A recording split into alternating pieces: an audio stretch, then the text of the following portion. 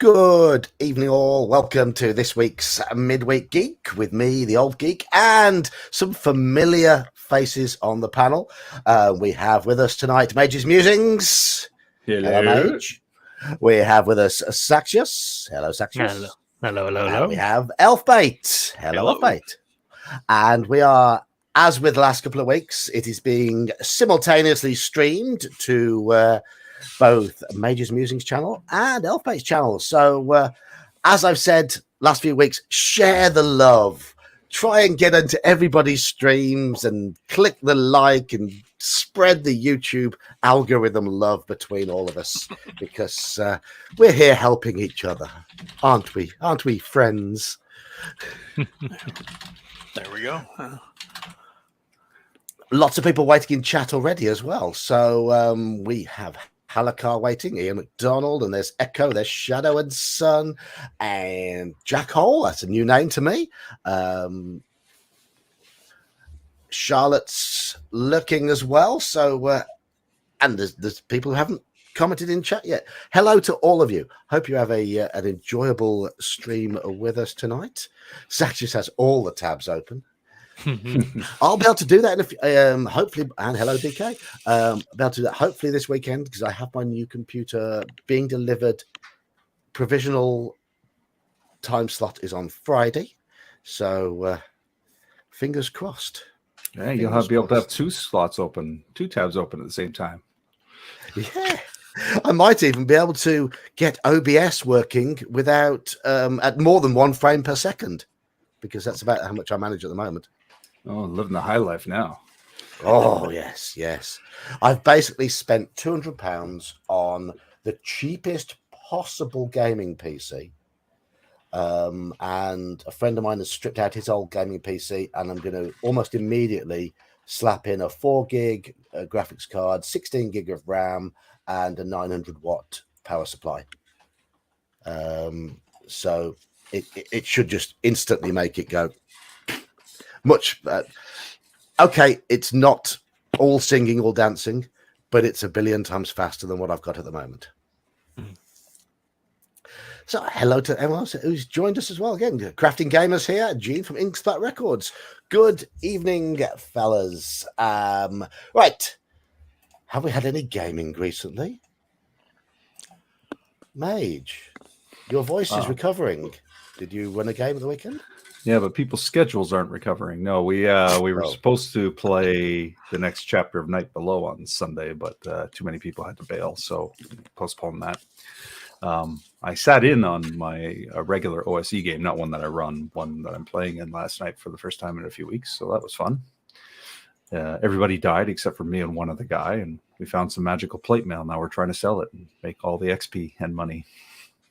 Quality. And sorry, I was going to say I'm running 2 OSE games this weekend, so we're back to that. It's been 6 weeks since I last ran OSE. So I'm running OSE this Saturday, and we've got a few regulars who can't make it this Saturday for various reasons. So there are some spots open if people want to just pop in. It is a drop-in game. So yep, my normal Saturday in D&D is not this week, so I was hoping to do that 9 a.m. Hopefully I can wake up in time. Let's hope so. So, Saxius, what about last Thursday, Saxius? What about last Thursday? Well, you certainly do keep on keeping the game interesting for Shadow of the Demon Lords. Good heavens. It was interesting.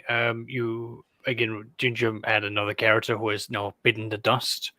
And we are more or less looking at, you again, once again, just wiggling your way through with everyone in the chat, just asking ourselves, how is this one character alive?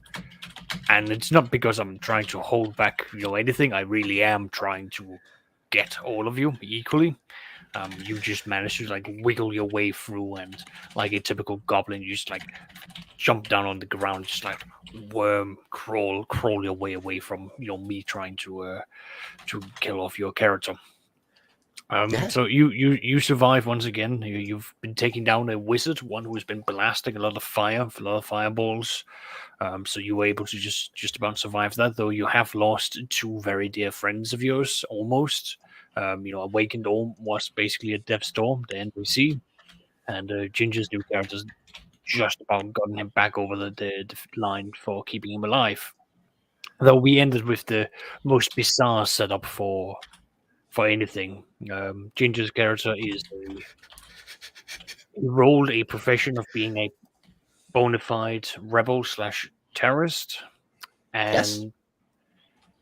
and he then convinced the entire group that we have to overthrow the current government, which you are the king of. I am the current government. I'm the king. Yes, and I've Yeah, signed you up to his group. So I have signed up to a group to overthrow me. yes, it's I have given up trying to be thinking about reasoning on our games, so that's been that. My Saturday second edition game was very combat heavy.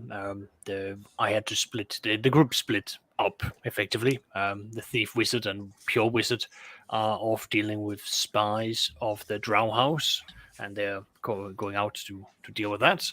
And the fighter has decided that he was going to amass his NPC minions and go out and deal with bullywogs, as they are a established threat in that region. Because should they come out of control, they become a locust, and then they sort of spiral out, and they can cause severe famines. So he went into the swamps to fight frog people, and Frogs.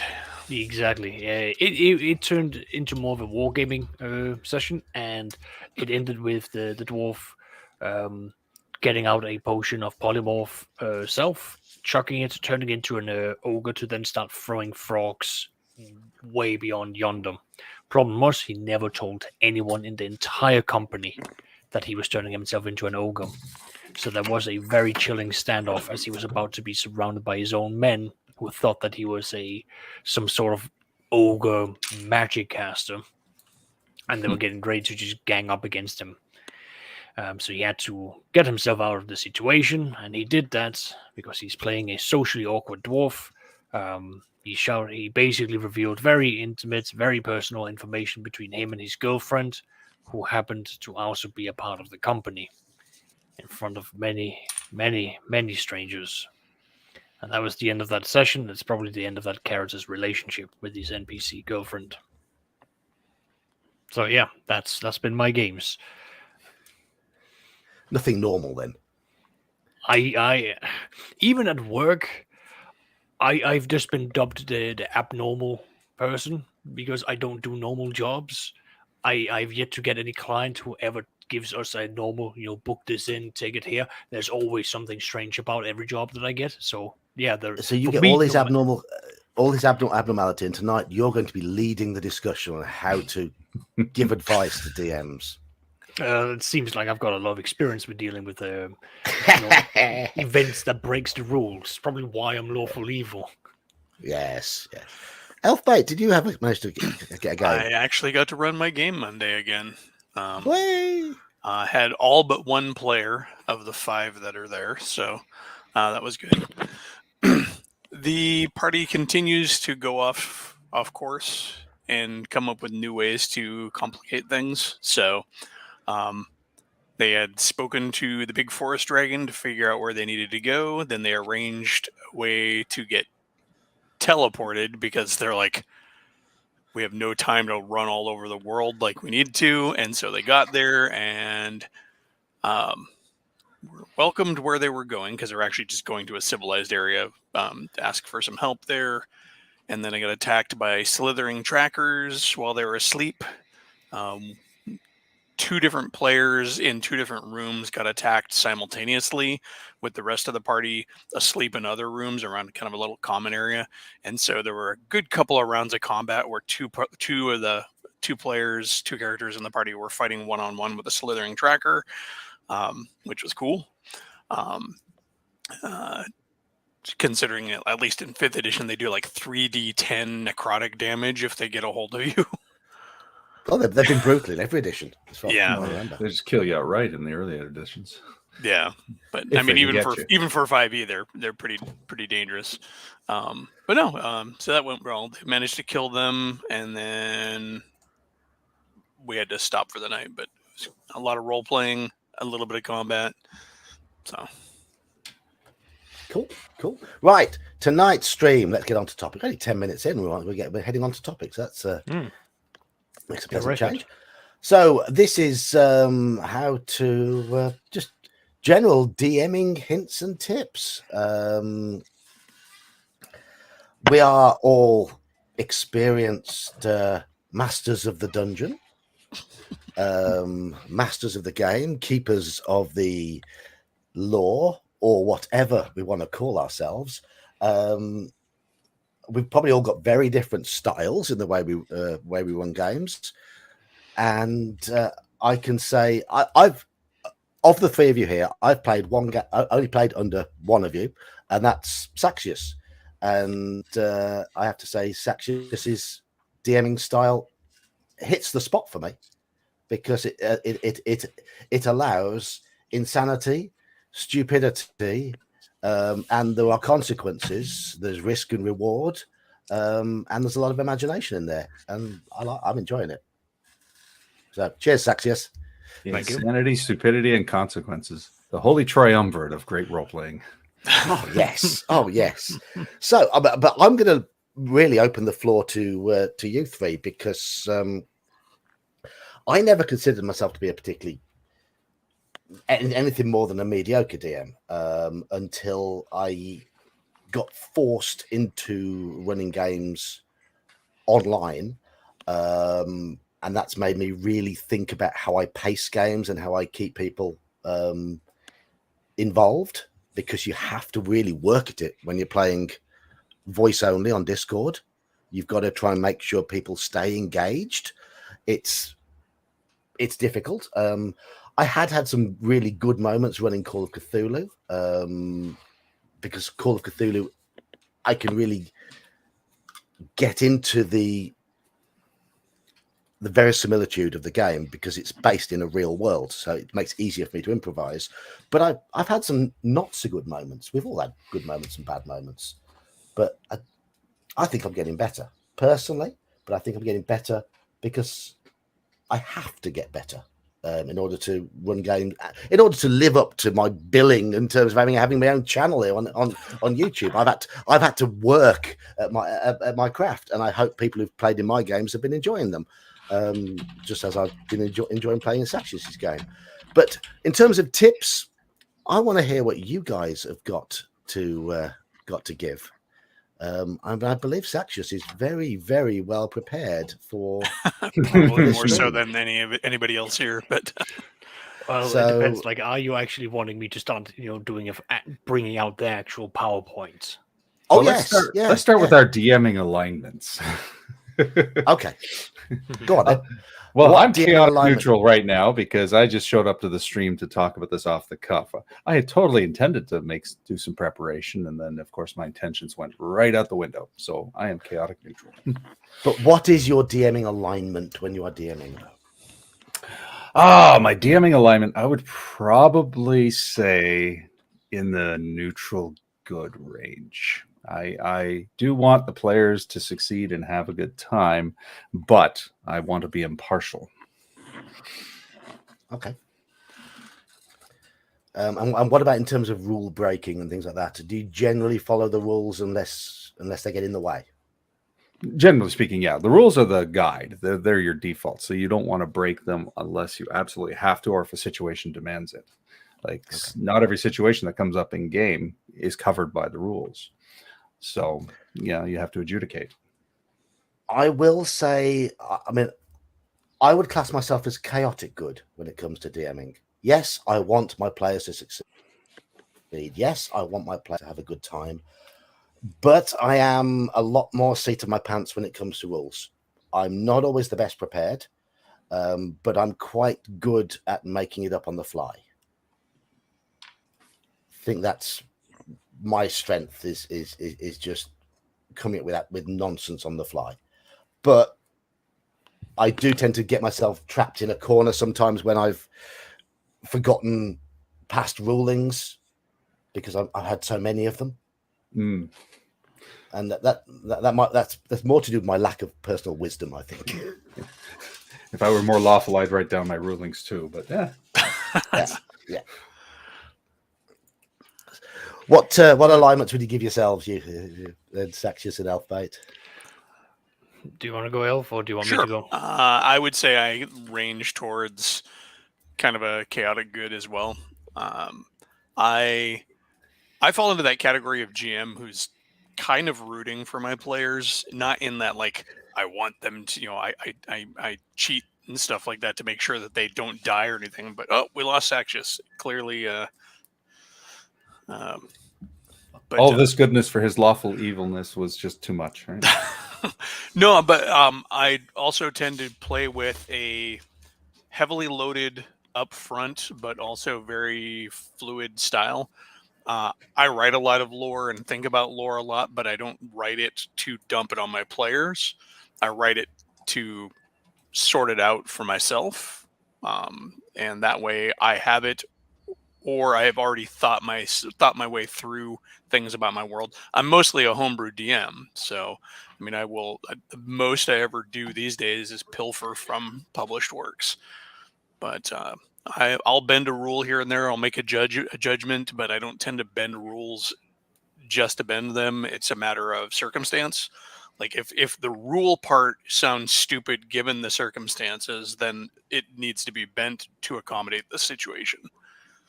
So, okay, Saxius. So I have got a bit of a range that I've noted as I do things. When I am preparing for the games, I'm most certainly lawful evil. I go into excruciating details about how the actions of my players will have their consequences. I meticulously think through, from the point of view from the villains all the way down to the minions and so forth. I really go through and make sure that what I am putting forward is within the same rule framework. I'm very lawful in that sense. I work within the constraints of what I'm given, and for certain parts, such as how did they get this? Well, I'll write out how they got a hold of certain things, or how a character has got the abilities of doing something that will be outside of a normal class, so that at the very least there is a reasoning behind everything that I'm bringing out. I have posed this question to my players, and they have said that I am lawful neutral for the majority of my DMing, leaning towards a lawful good influence, because I am very much from the perspective of the players are here to have fun, and I have fun when the players have fun. Ergo, I encourage them. I work with the players so that the rules are at least, it's being interpreted fair. But I help the players if they overlook something, if they forget about something. Then I jump in and go like, "Oh, did you not have this thing, or did you forget about something else? Can you think of something else that can be reasonably be pushed in to be for your benefit?" Things like that, because I will work within the framework of the game that we all have, so that way at the very least I'm fair. That I have the rules. I'll be mean to them when I prepare, so that whatever they go up against. And my second edition players have said it over and over. They should have died on many occasions if it wasn't because my dice were bad, or if it wasn't because they just made decisions that paid off. Risk rewards, high risk, high reward. I will absolutely, honor that. So that's the sort of like general spectrum that I work within. It's very. You almost make me feel guilty for being chaotic evil to you on a Thursday night. No, don't. I've dealt with your chaotic evil within your character, but like it's all within the framework of the world that we've established. That's true. So like it's nothing is being broken. You're not doing anything. Oh, he's broken it again. Did we lose him? I was about to say, but it's a world framework that we established as players, which It's a world framework that we established as players, which is, I think, is quite evil to you at times. But no, well, I can work within it because at the very beginning, I had the ability to say no, but at the very same time, like I looked at what you said and went, you know what, I can work within this. This is not a problem. It's just gone in the direction that it has, and that's not an issue for me because I always we from very beginning we said this is going to be lighthearted in the sense that it's going to be so over the top. We're not going to be taking it overly serious, and that's fine. I bought into that. Everyone bought into that. Good. Right. Awesome. Okay. So tips then. We have. I've got to change the view here. So if I break it now, and we're going to add this to the stream. Let's see whether this here works. There we go. There we go. There we are. Little did you know this was a legit seminar. I did. This is going to be one of those reaction videos now, isn't it? Where we react to your. Well, the thing is, this is from my university years. I've held this seminar twice to a host between 12 to 17 individuals, and I've also done this on like a smaller basis of like 6 to 8 people. The last one was like last year, where I did this for like 2 individuals that I knew that wanted to become DMs. So I am actively trying to. I'm actively trying to promote DMing, and anyone who's been in John's Discord will also know that I don't hide the fact that I want to help other people improving their DMing, or at least provide them with the tools so that they can become the DM that they want to be. Because my notes may not be what you want to achieve, but my notes can help you realize what you want to be. So let's start out with the thing that I have been telling everyone from the very beginning. You have got to read the books. And that is just, you cannot skip this. I cannot think of anyone here on this stream or anyone in the chat that would disagree with, you need to sit down and read the books. Those are some pretty old school books. That's pretty much the entire point here. Like a lot of what this is going to be old school, inspired with the idea that the wisdom that we have can be brought out even to the modern days. But there is a reason for why you read the books. You need the core understanding for what the game is, for what it's trying to set out for. Because a lot of the games are setting out an atmosphere. They're giving examples for what a gameplay is going to be like within this. You need the basic mechanics. You need to understand the rules. And if you don't understand the rules, you cannot facilitate a game. And that is just the first step, and you can't skip it. You will never skip this. No matter if it's a new system you're picking up, you've got to do it. Even I'm refreshing myself. I firmly agree that when you start DMing, you should get your game of choice. You should read the rules, and you should understand why the rules are how they are, and give them a try. And only then start making your changes, because not all the rules are going to fit everyone's game. Exactly. There's almost nobody who runs first edition AD&D with every single rule in there purely by the book, partly because some of it is vague how it's written, but because there's so much in there. But you can pick the bits and pieces that you want in your game. Pretty sure that's how you and I did it, John. We've talked about that before. Ours were kind of mixes of AD&D and BX. Yeah. So exactly.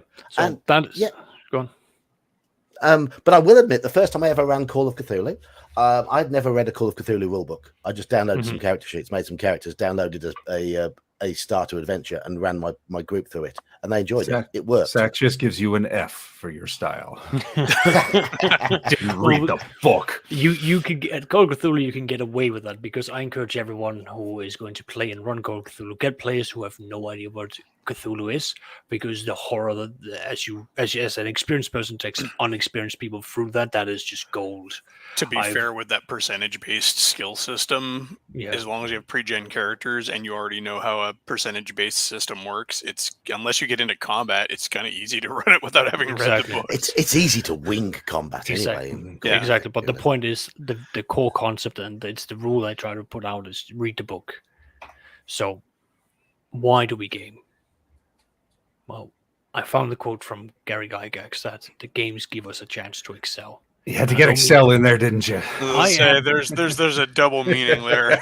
Oh, listen, I have a reputation to do, but let's actually just address what is being written here. You are in this to escape. You're having escapism. You're trying to go into somewhere where you can do something. My Saturday group, one of the players says that he loves the fact that he gets to go into a game where he can imagine getting 8 hours of sleep, having a house without a mortgage, having a small business that contributes to the community, and living out in the woods where no one bothers him and he can get drunk without anyone judging him. Like this to him it's a very small fantasy, and it's something that allows him to sort of say to himself, this is a peak thing for him to sort of think of as a dream to go for. But this is what this quote gives meaning to me. He's allowed to escape into something where he's excelling. He's not small, weak, but he's a mighty warrior. He's not terrible being a social with social interaction. He's the center of a complex spine network. It allows people to do something that they haven't done before, and they can enjoy this. Yes. Yeah. Mhm. Yeah. It allows you to live out your fantasies, but within the realms of the world being presented and the rules being used. Exactly. So let's start out with the very simple stuff. DM tips. What are some of the 5 W's that you need to use for example, when you write a story? And this is something that I know that is being taught. Wyvern, Wendigo, Wraith, White, Weeping players. Of course. We'll simply go on with the who, what, where, when, and why, because those are the very basic principles that when it comes to writing a story, these are the kind of questions you've got to ask yourself. These are basic things. This is what I would recommend anyone to sit down and do. And don't think of the overarching campaign. Just start small, and we'll get into going from small to large. Using the who, what, where, when, and the why, that allows you to establish the motive. It allows you to establish the timeline. It allows you to establish the geography, and then within that you get to see the picture of the events, and then where the players can be entering in, and then where they can start, sort of impacting the game, because there will be a wild card for this story. And that's my second tip when it comes to this. Never marry the story that you make, because you're not writing a novel. You're writing an outline for a story, and your players will be an absolute wild card to it. Sometimes you will be able to almost predict what your players will be doing, and other times they will go in such a wildly different direction that you realize this is not what I planned for. But you've got to be ready for things like that. So you've got to be flexible to you got to have the flexibility within you to be able to react to what the players are doing, rather than just shoehorning them into a path that you have pre-planned. I would certainly say, never over. It does depend on the game system. It does depend on the game style you want to play. Certainly, if you're playing, if I'm playing an old school fantasy game, I much rather have a very open approach to what the players want to do. Let them go about it how they want to go about it. Let them formulate their own goals. Certainly, you do give them a little bit of a prod. You have to give them a bit of a prod, because no, they will need it. Yeah, sometimes they'll need it. Yes, you've got to give them a hook. But then just let them go with it, and just be willing to ride that wave with them. Exactly, and that's the core thing that I really recommend. Is when you start out, don't worry about you have to get every details down. You've got to be flexible. So yes, moving on from there with the flexibility, you've got to keep in mind you will have a limited time, especially now that a lot of the games are going to be online. people, or even if you meet in person, unless you've got like an open slot where people can come in, they will sit down, you can then do 5, 6, 7, 8, 10 hours of gaming. Then fantastic for you. I wish you all the best. It's very difficult for me to plan out that long, but more often than not you will see time windows between 3 to 4 hours being dedicated. So Satchis, you've disappeared behind this comment, but it's your fault for having an unstable computer. But yes, I think this sums up the point. Never really have a pre-planned story. Maybe have a plotted, inciting incident to get the characters going, but then let the player's actions determine the emerging story as it happens. Exactly. It's kind of what I'm going through right now. I mean, my players have they've even changed what they decided to do. They're like, we're going to go here. Oh wait, but it would take so long, or that might be suicide. Maybe we should go here and get some information. Oh, we got information. Now we got to go there. So similar to the point, it's important not to have a vested interest in the outcome either. Exactly. Yes. It's a very good point. I mean, I for beginning DMs, I often say, put down step points, mileages, milestones for where you want, for what you want them to go through. Now, if it's a linear one, then of course, at the very beginning, I'd recommend that you go for a more railroaded game, because that way, deviations is going to be a lot easier for DMs who are new. Whereas if you're more advanced with it, you can have a 3, 4, 5 milestone points, and then the players might only reach the top one and then move on to the next one, or they might reach the top one and then go down one, skip the next one, and then go to the third one or the fourth one from there, and then move on. You can get as complex to it as you want, but the point is that you allow yourself to think from the point of view that you need almost like a free solution step for any encounter that you throw at them, just to allow yourself the flexibility of dealing with having the odd solution, but also having a way to progress it forward. And I would say, certainly with that step points one you've got there, have milestone points to reach. That's not necessarily story or event milestone points. It can be location based, as in certainly with my OSE game of which I'm running this Saturday. You'd probably have a bit of a fit if you saw my preparation for it, because quite simply, all I have is list of NPCs, map of the town, and a map of the dungeon keyed in certain areas, and a list of random things, and that's it. That's it. In my current campaign, I mean, my Monday game that I was talking about at the top of the stream, I mean, all the players really had was, you have to stop this ancient white dragon because reasons. And then, those reasons were very simple, because there's another dragon telling you have to do it, and he's sitting on the doorstep of your hometown. Yeah. And how they went about it was completely up to them. Yeah. They set the points that they wanted to go to, and then I decided what information they could get from those points as they went through them, and how they got to them. The way they got through these various steps and the steps they had to go through was pretty much all based on them reacting to things that I would throw out, or them making decisions ahead of time. So, yep. Exactly. Now, moving on to the next one, now we're moving into the actual, once the players are down there, they're making the characters. It's got to be down to, what the immersion is, because the immersion is what the players are going to need to buy into the game to make them enthralled, to make them invest, to make them care about the world that they're about to go into. Because if there's no investment from the players, it means it's not going to become fun for them. And in my case, I feed off fun from players, because if they don't have fun, then I'm not having fun, and then suddenly I will start questioning, are we actually enjoying this? Do we want to do this?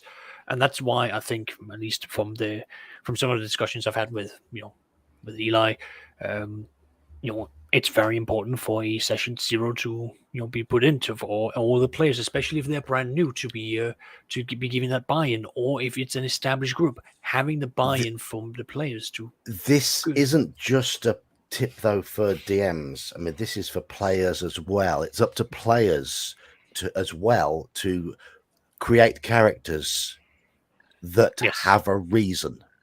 Even if you're going to have a character who adventure. doesn't want to adventure, you still have to come up with the reasons to decide why he chooses to.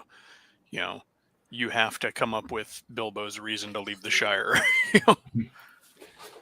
Yeah, but the player themselves has to be willing at some point to buy into the idea of going on an adventure. Otherwise, it's no point having that character. Yeah, They're just a waste of space. I found that players who show up at the table with the idea that they're going to be the outlier who doesn't want to adventure are rare. Because most players show up with the idea they want to adventure. They want to play the game and engage. Yes. I've encountered one player do that. More and he frequently, did it I to try and encounter prove a point. More frequently, what I run into is the folks who, after they make the character who is an adventurer, then somehow always want to go, well, why would my character care about that? What would, you know? And they, you know, to John's point, that's not my question to answer as a DM. That's your question to answer as a player.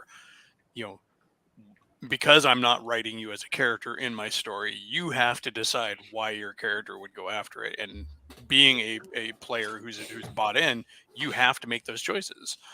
You know, that's your job. Well, the only player that ever did that with me was because I wouldn't let him play a chaotic evil paladin. Well, at a point like that, 2 or 3 weeks later, the rest of the group, we all agreed amongst us that we just wouldn't let him play. Full stop. You can have the chaotic evil character who thinks he's a paladin, but you're not getting the powers. I'll be right back, folks. No, all good. But yeah, no, that's the point is very often that you need to at least have some. You need to have a hook for the game, because yes, as the DM, there's gonna be a lot on your shoulders. There's gonna be a lot of responsibilities that we're also gonna get into. Now, throwing out the hook with the not so much with the bait, but the buy into that the players can then see. Now they can then from there choose whether or not this is something they want to buy into. Because I often come with the mindset that players are adults. As an adult, you can choose whether or not something is for you. And I've also had sit downs with players who turned around and said, "Oh, we're running Vampire the Masquerade. I am not having fun because I don't like how it's oriented towards politics as vampires." Very well. At that point, it was a simple discussion that, well, this is the part of the game that we're going to be doing. It was a part of the buy-in, and they've simply decided that, you know what, that's fair. The group decided that. They will step aside because the group ultimately is going to be the important, you know, factor in this. So that's how it is. So with that, oops, did I already jump over that? Yeah. So now let's start outlining parts of it, you know, whether it is down for a single session or whether it is going to be an entire arc. You know, I mentioned milestones, and there's got to be, you know, a start. There's got to be, you know, an event, maybe even a second event. So that's down for where, you know, you as a DM can be going for. But there's definitely going to be a push onwards, and then finally it will be hitting the conclusion. Now, for the keen-eyed amongst us, and especially amongst the chat, you will already recognize that a lot of what I'm discussing here is going to be, you know, writer's tips. But that's, at the end of the day, stories are built upon a start. There is a middle with conflict, and then there is an end where there is a conclusion towards it. Now, the end can still be an ongoing part where, like, oh, we've now ended this segment, but this segment is now linked to the next one, and it rolls on and on. Or it can be as simple as we are going out to the next dungeon. Yes, I mean, yes, and each section can be described as just quite simply a foray into a dungeon. Exactly. It can just be anything from there. And this is where we're going into, you know, the very start, you know, the plot hooks, the buy-in, you know, the NPCs, you know, it's setting the tone, setting the beginning. You know, what is this going to be? And then you sort of ease them way in there. There's going to be something, an event that is then going to be from that hook that's going to be pulling them inward. Now there's going to be some action. Now that doesn't necessarily mean combat. It can be things like we need to investigate. There's now intrigue. We now actually have a job where we will go out into the wilderness with a merchant who believes that there's a distant tribe beyond yonder that he wished to sell his wares to. And then from there, you've got it all going. It doesn't always have to be the combat, but I've outlined this with, you know, clues or events bringing forth, you know, pieces starting to fall together where they start seeing a picture, you know, the final clue or a final obstacle is being brought forward. That's now bringing the players to like, okay, well, now we need to reach the crescendo of the ongoing, story or the ongoing arc, and then it comes towards a conclusion.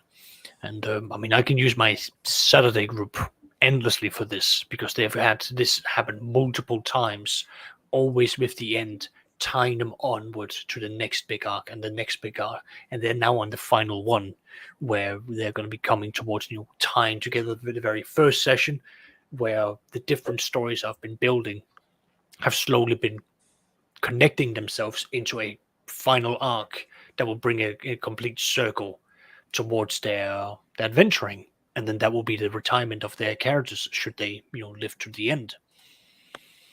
Okay, I'm just going to sort of interject here with a quick question from Jack Hole. How do you guys encourage players to bond with their characters? Any tips, or is that 100% for them to do? So, go on. Oh, so no, go on, Saxious.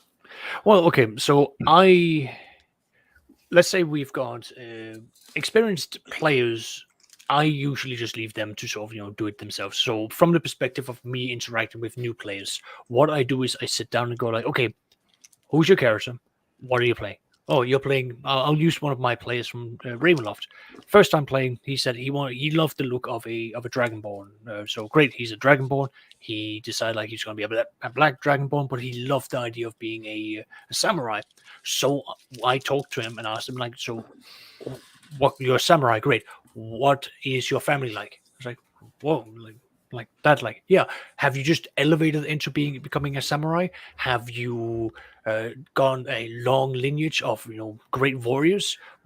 How long have you been a samurai? I start asking them questions about their character. I asked them to start thinking about what are the events, because they must be, let's say, they must be at least 18 years old. Ask for some key things. What are the things that drove you to take up the sword? What encouraged you to become a wizard? Did you have to study with a mentor? Were there universities, or did you have to hide up in the attic while you self-taught?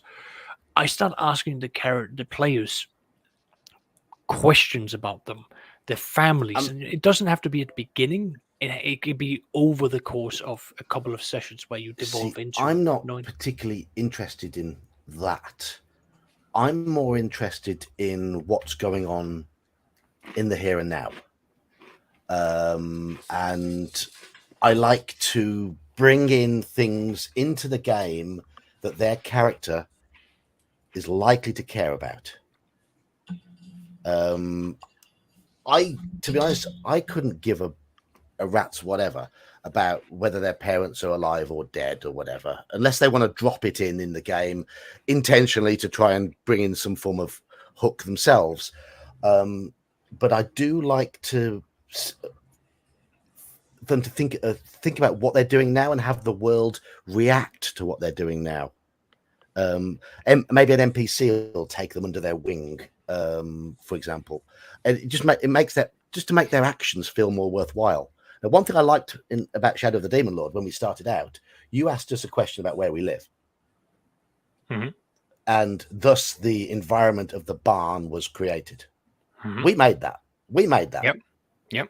There was nothing about our background or whatever. The background was the here and now. It's like, this is where you are in town. This is the role of goblins in town. This is where goblins live. Do you have someone in charge in the barn? Yes. What's her name? Okay. Now that sort of thing gave me like something for me to picture in my head, something for me to work with. And for the first, I will admit now, I know you're the DM, and I know you're particularly evil at times, but I rather like Little Pustule now. I'm getting quite attached to him. So, have I just cursed myself? Have I just redshirted myself? Well, I do want to point out that a lot of this was also where I began asking about your characters, your interactions. You developed your character by me asking questions for you, who you are, how you fit in. You developed the world from there. The point being that I'm trying to make here for Jack is that I asked the players to give some insights for what has value to the character. And then as they play through it, these aren't things that has to be established from session one. These are things that are often established over many, many, many sessions. Postulance from our Shadow of the Demon Lord game has become very precious to you because he's have to endure a lot of in-the-moment hardship, but it's Yes. also rooted very deeply in the fact that we established very early on that the barn has a big significance to his life, that there's a hierarchy, that all goblins must work to be able to live in the barn, and that you, then as a goblin law, everything that you lick is now owned by the goblin. These are, set-ins, very simple things that we set in, but I have played onto that you as a character set down, that Yes. you as a group set down, Yeah. and this is how the buy-in began. And It's making things matter in the here and now to me that makes things feel as though our decisions are making a difference in the world. And we don't. Go on. What? I was just going to say, we don't need the full 18 years backstory right here now. No. What I was suggesting is that over the course of sessions, questions are asked towards the player, the character, and they can be NPCs simply going like, "Oh, you're a long way from home. What has brought you here? Like, why are you in a land where the samurai are not, openly seen? Or why are you a goblin trying to go out and find work when you are treated as a second-class citizenship, as a citizen? You should just be lounging with the pigs." And these are questions that are then asked towards the character, and the player now has to think, well, why am I doing these things? Why are these things being done? This is how I create the bond between the player and the player character. They now make these investments because they have to make a decision in the world, in the moment, of why these things are set up. So I hope that at least helps, Jack. Okay. I try to tell players, when it's relevant, to shed their expectations. To paraphrase a military adage, no character concept survives first contact with the game world. And a lot of players tend to map out their expectations where they want the character to go. And in the case of players who roll up quote unquote subpar character, sometimes you get lower stats than you wanted, and you get players get a little butthurt about it. I always try to encourage them to just play 3 sessions or get to level 2 before giving up on the character. And 9 times out of 10, they do that, and then they're in love with the character, regardless of any misgivings they had at the beginning. So, I mean, in short, how to bond with the character, just play it. Yeah. Just play it and enjoy the moment.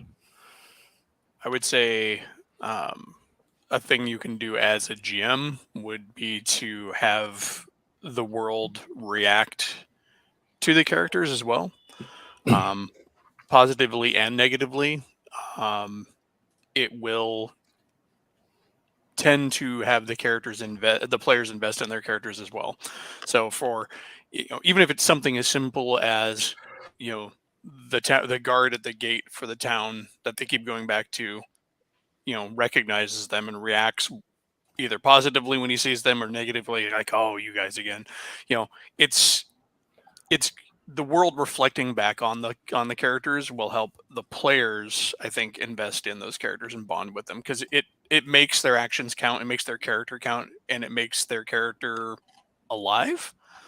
You don't have to pander, and actually I would suggest not pandering to them, but definitely making their actions resonate in the world around them will make.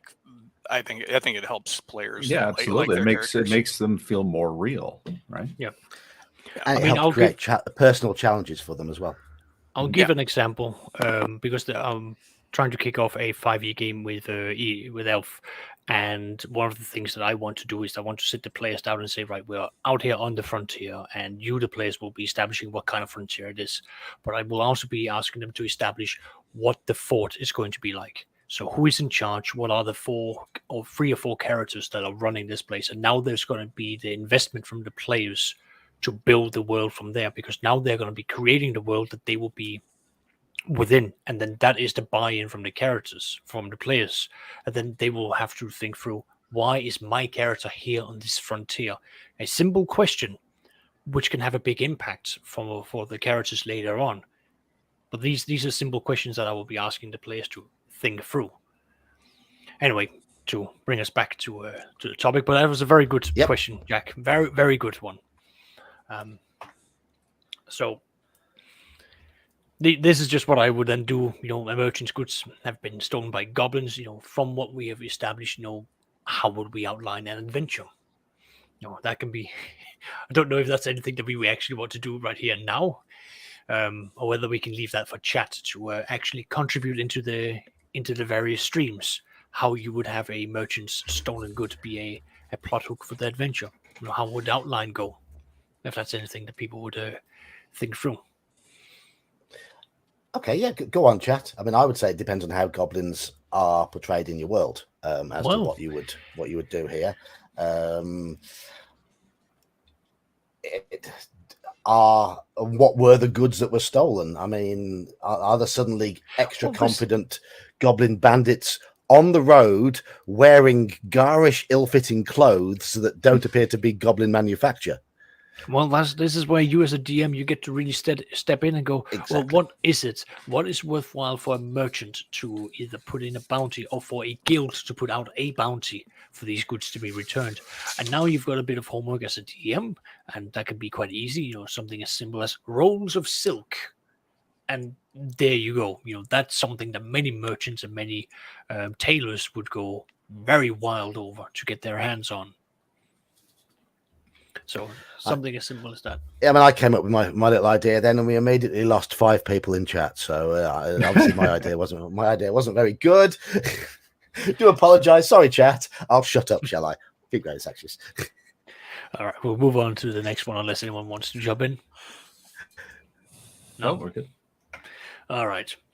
So role playing isn't just storytelling. If the dungeon master isn't, directing it, because it's not a game, from what I can, make out.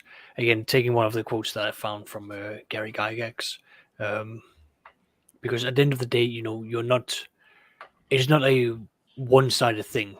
You're not a director of a story. Well, so it depends on how you make your approach. Now, this is where you, as an individual, will have to take a grain of salt and find your own style. Because I have met dungeon masters, game masters that will then describe themselves as directors. They would describe the entire setup as though it's a movie with camera pannings and so on. But that's just methods in which you can, from my perspective, it's methods in which you can portray and provide the information for the players to be engaged with. A lot of the perception of role-playing games in D&D now is that, you are telling a story and the dungeon master is a director. I mean, that's almost the default assumption. And the games get richer when you move away from that concept. Yes. The DM should be a facilitator. The DM is there to provide the hooks to enable the story to emerge in the game. I think it was Jack who earlier said an emergent gameplay provides more buy-in from the players because the story is theirs. And I very much agree that, yes, the story does become the players because they are the ones pushing forward the narrative that is the group. Because at the end of the day, that these are the characters that are going to be the important ones because their actions are where we focus on. We're not going to be sitting down and going like, oh, we'll now have a session where for 3 hours I will regale you with nothing but off-screen events because the players are not there to have that. I'm sure it happens. Oh, I have been in a session where that happened, and I pinged the DM right afterwards. I needed to talk. I could not sit back and not backseat DM for that. No. But you got to ask yourself, as it is not just storytelling, you've got to put yourself into the feet of the characters, and then you've got to ask yourself, what would they do? And we've already mentioned this, the reactions and the actions of the players will have the consequences of the world reflecting back upon them. And then this is where you, as a DM, you've got to ask yourself the simple question of, what would this character do? If you don't know what the character would do, ask yourself some basic things, such as what is some of the 1 or 2 significant events for this character. And it could be something as simple as an alchemist have always had a fascination with the unknown mixture of chemistry and that drove him into becoming an alchemist. Why did he?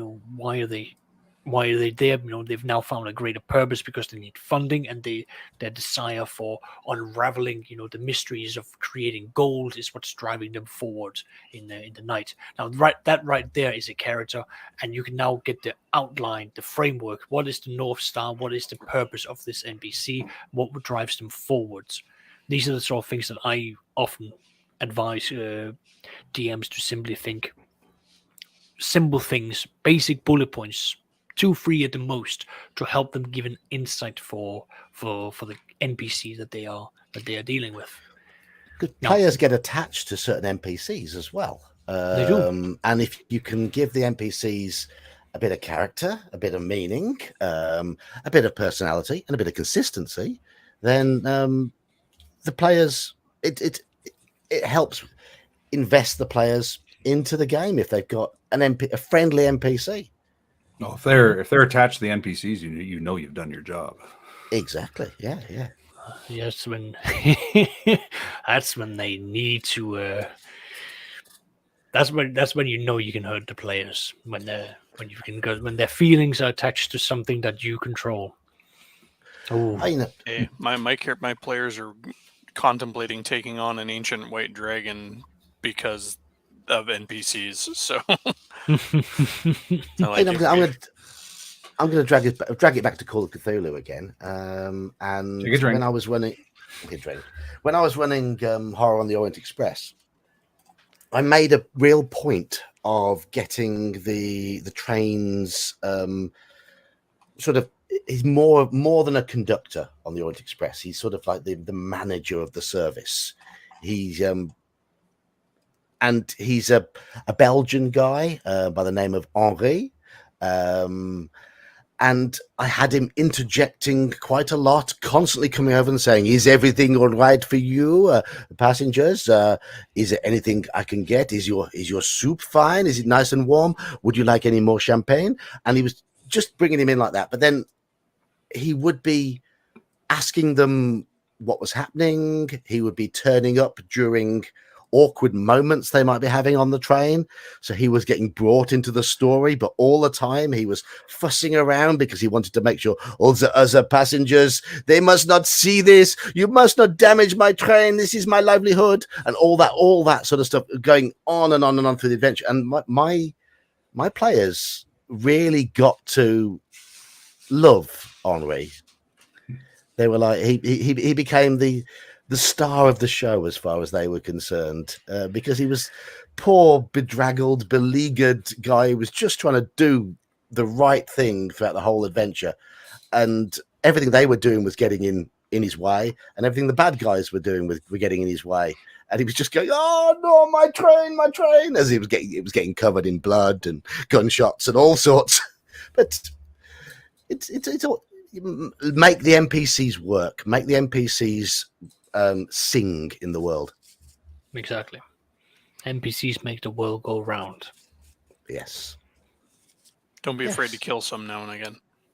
No, I encourage it, especially if there are attachments. Use it as a method of reminding the characters that they are mortal. So, as I said, NPCs makes the world go round. And they're going to be, as we've already said, there's going to be many NPCs. They're going to be diverse. And this is often for the very beginners, avoid using a blanket inserting, or just try not to bring out, stereotypes, mainly because I discourage it, simply because, if you don't know, if it's a new group and you don't know your quote unquote the players, try to avoid anything that could be divisive, as we're all here just to have fun, and try to avoid the dreaded DMPC, because you are already the grand player of the world. Your job is to react back towards what is happening there. Equally so, it's the player's responsibility of knowing their characters as well as what's on their sheets. So that's often what I start with. But when it comes to things such as just making up an NPC, many DMs become, oh, what do I do? How do I quickly do this? I can't just think it up right in my mind.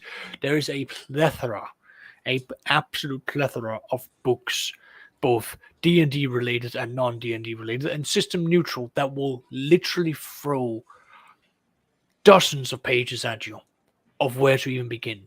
And I can think of, I know that the 5th edition DMG already has, very easy, here's how you roll up basic personalities, quick names, anything like that. And there are a number of other ones where it's, I think one of the books I have is almost 200 pages just of random tables that you can roll to generate the world, the characters, their backstories, their goals, motivations, families, you name it. The first ed DMG has a great NPC quirk generator where you have it does, goes yes. more extensively that you'll ever need. But there's some great things like, is this character introverted, or extroverted, and then sort of subcategories there. What's their personality? What are their fetishes? What maybe they're a collector. What do they like to collect?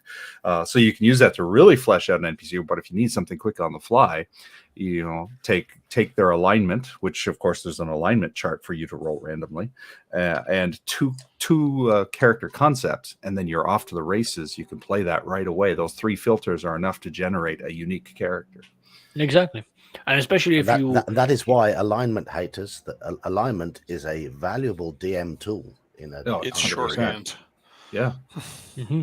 It is Exactly. it is shorthand, yeah. Exactly. So this is where we might be echoing back, some other bind, because we are here to enjoy a world where the fantastic is it's facts, and magic is actually going to work, and we don't. That's often something that I need to remind myself of, or I need to remind others of, that it's a world where we don't need to get into too much science, because it is, at the end of the day, it is fantasy, it is magic. It doesn't always operate within the core things. The sciences that we know today is a great way for us to just give a greater buy-in. But remember, it's an escapism, and it's we're here to just get further in. And as a DM, really try to remember yourself. You don't have to be so grounded that your feet are stuck in the mud. Well, the idea that the fantastic is fact as well can really enhance going back to the NPCs, because you've got a world where a wyvern can swoop down and carry you away, and how do people in that world live like that? They'll be watching the skies constantly. They'll be paranoid. It's like, skies are clear, look around, or you'll have people giving players warnings about the monsters that live in the hills. We can't travel this time of year. It's griffin season. Yeah, or when hiring NPCs, like, you want us to go where? No, we can't. There are owlbears up there. I'm not going up there. We can't camp here. This is bat country. No. Sturge country.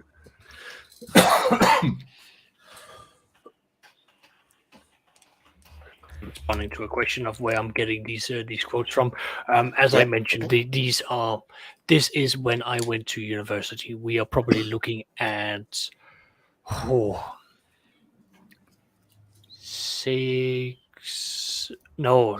almost 8 years ago when I made this. Many of this is a long time ago, when I went looking through many magazines, interviews, discussions, and I believe some of them were also pulled from online posts or threads. The old posting or pin, I can't remember what they were called back in the day. Basically, board messaging boards. Because of course, Gary Gygax was active on Dragon's Foot. He was active on Dragonfoot, and he did put out a lot of good things there. So I do believe a good number of things were also taken from there, as well as the official interviews and Dragon magazines, amongst many other things. But I do remember going quite wide for finding as much as I could for what would be good for this. Now we're on to something I think many of us like to do, which is we like to start small, start focused, and expand outwards. Often with the discussion. Yeah. and this is where I really, really hammer it home for new DMs. Do not start big. Do not come out to having a kingdom-sized map. That's nice. It's good for you to have the scale and idea of like how the insides of it is, but really do not focus on what is happening in the dukedom next door or in the county 3, valleys away. Start with a village. The 0 to hero. I mean, that's an archetype at this stage. It is a mythological thing because it is such a true thing that speaks to many people, especially within our D&D, games. Being the lowly, humble peasant, where adventure just strikes. Again, we might use Bilbo Baggins. Adventure strikes him, and he goes from the small lands of the Shire, traveling out. But then, the further away he goes, the larger the world becomes, the greater the enemies become, and the bigger the cost of upon everything. And it changes him. It changes Bilbo forever. And the more it all weighs on his shoulders. Exactly. And Please don't have some great important noble come to the first level characters requesting they help save the world. No. Instead, have the noble show up, round up the townsfolk, and say, "You've all now conscripted," and so begins our military campaign. So, but equally so, with scaling, remember to digest things down. Keep it simple, stupid. Really, I want to hammer this home. Make things digestible. I believe it was Charlotte who earlier mentioned, remember the 5 senses. Play onto that. Keep it small, keep it personal. You don't have to, give them the large, wide paintings. Start where it is, small, build it up from there.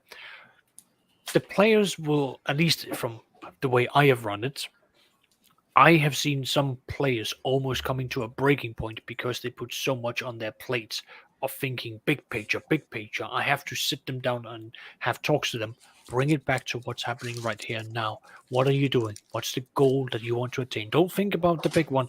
What's your goal? What's this character's goal? Don't remember, like, the focus is these characters, this group. And don't let that stray you into starting to make it bigger than the players, because the players are the biggest and most important thing you're going to have at this table.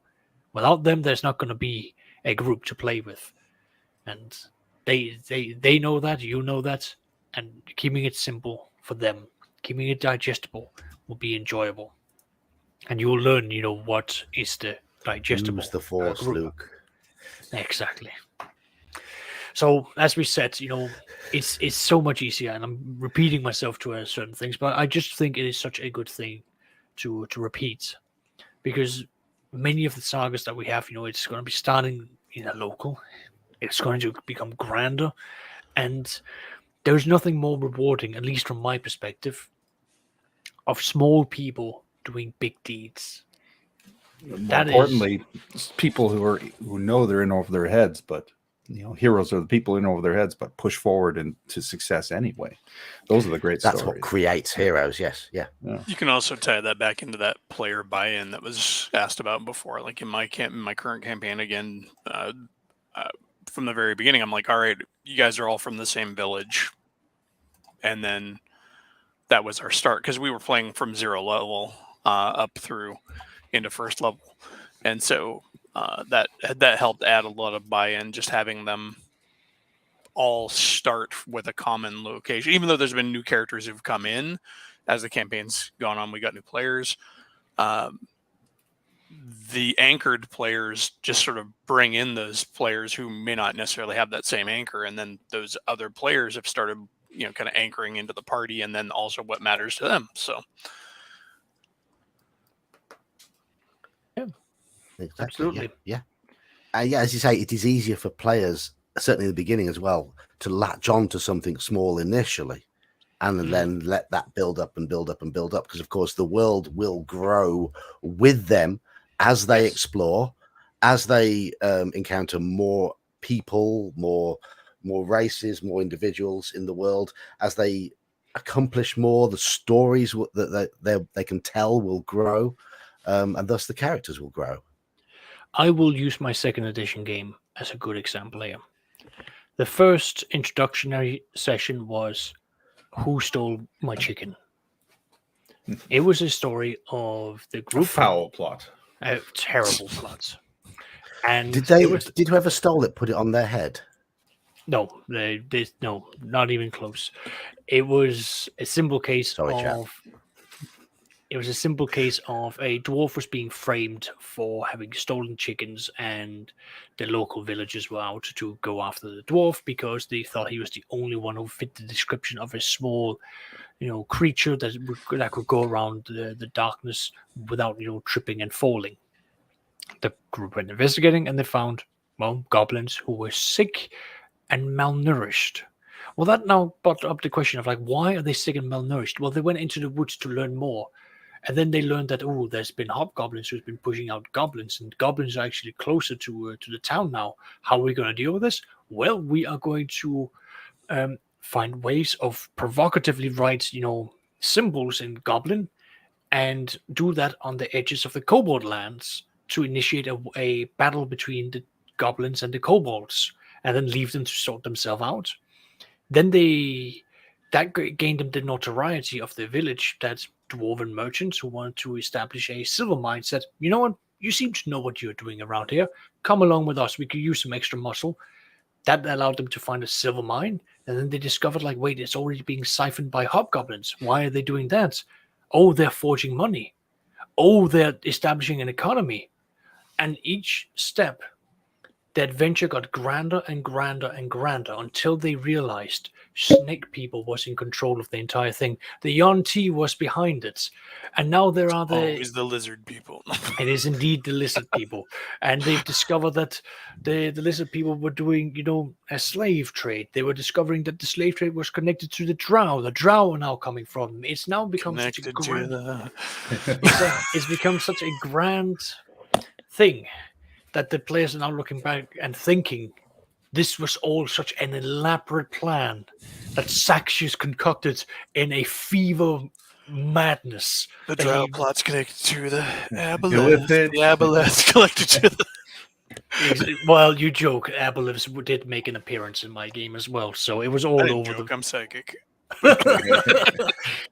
See. Well met, brother. Well, now you're going to be targeted by the illithid. You shouldn't have outed yourself as a psionic. Anyway, well. So I'm just going to let a bit of a secret there. Saxius has discussed this before. That's how Elfbait knows. Sorry, I let.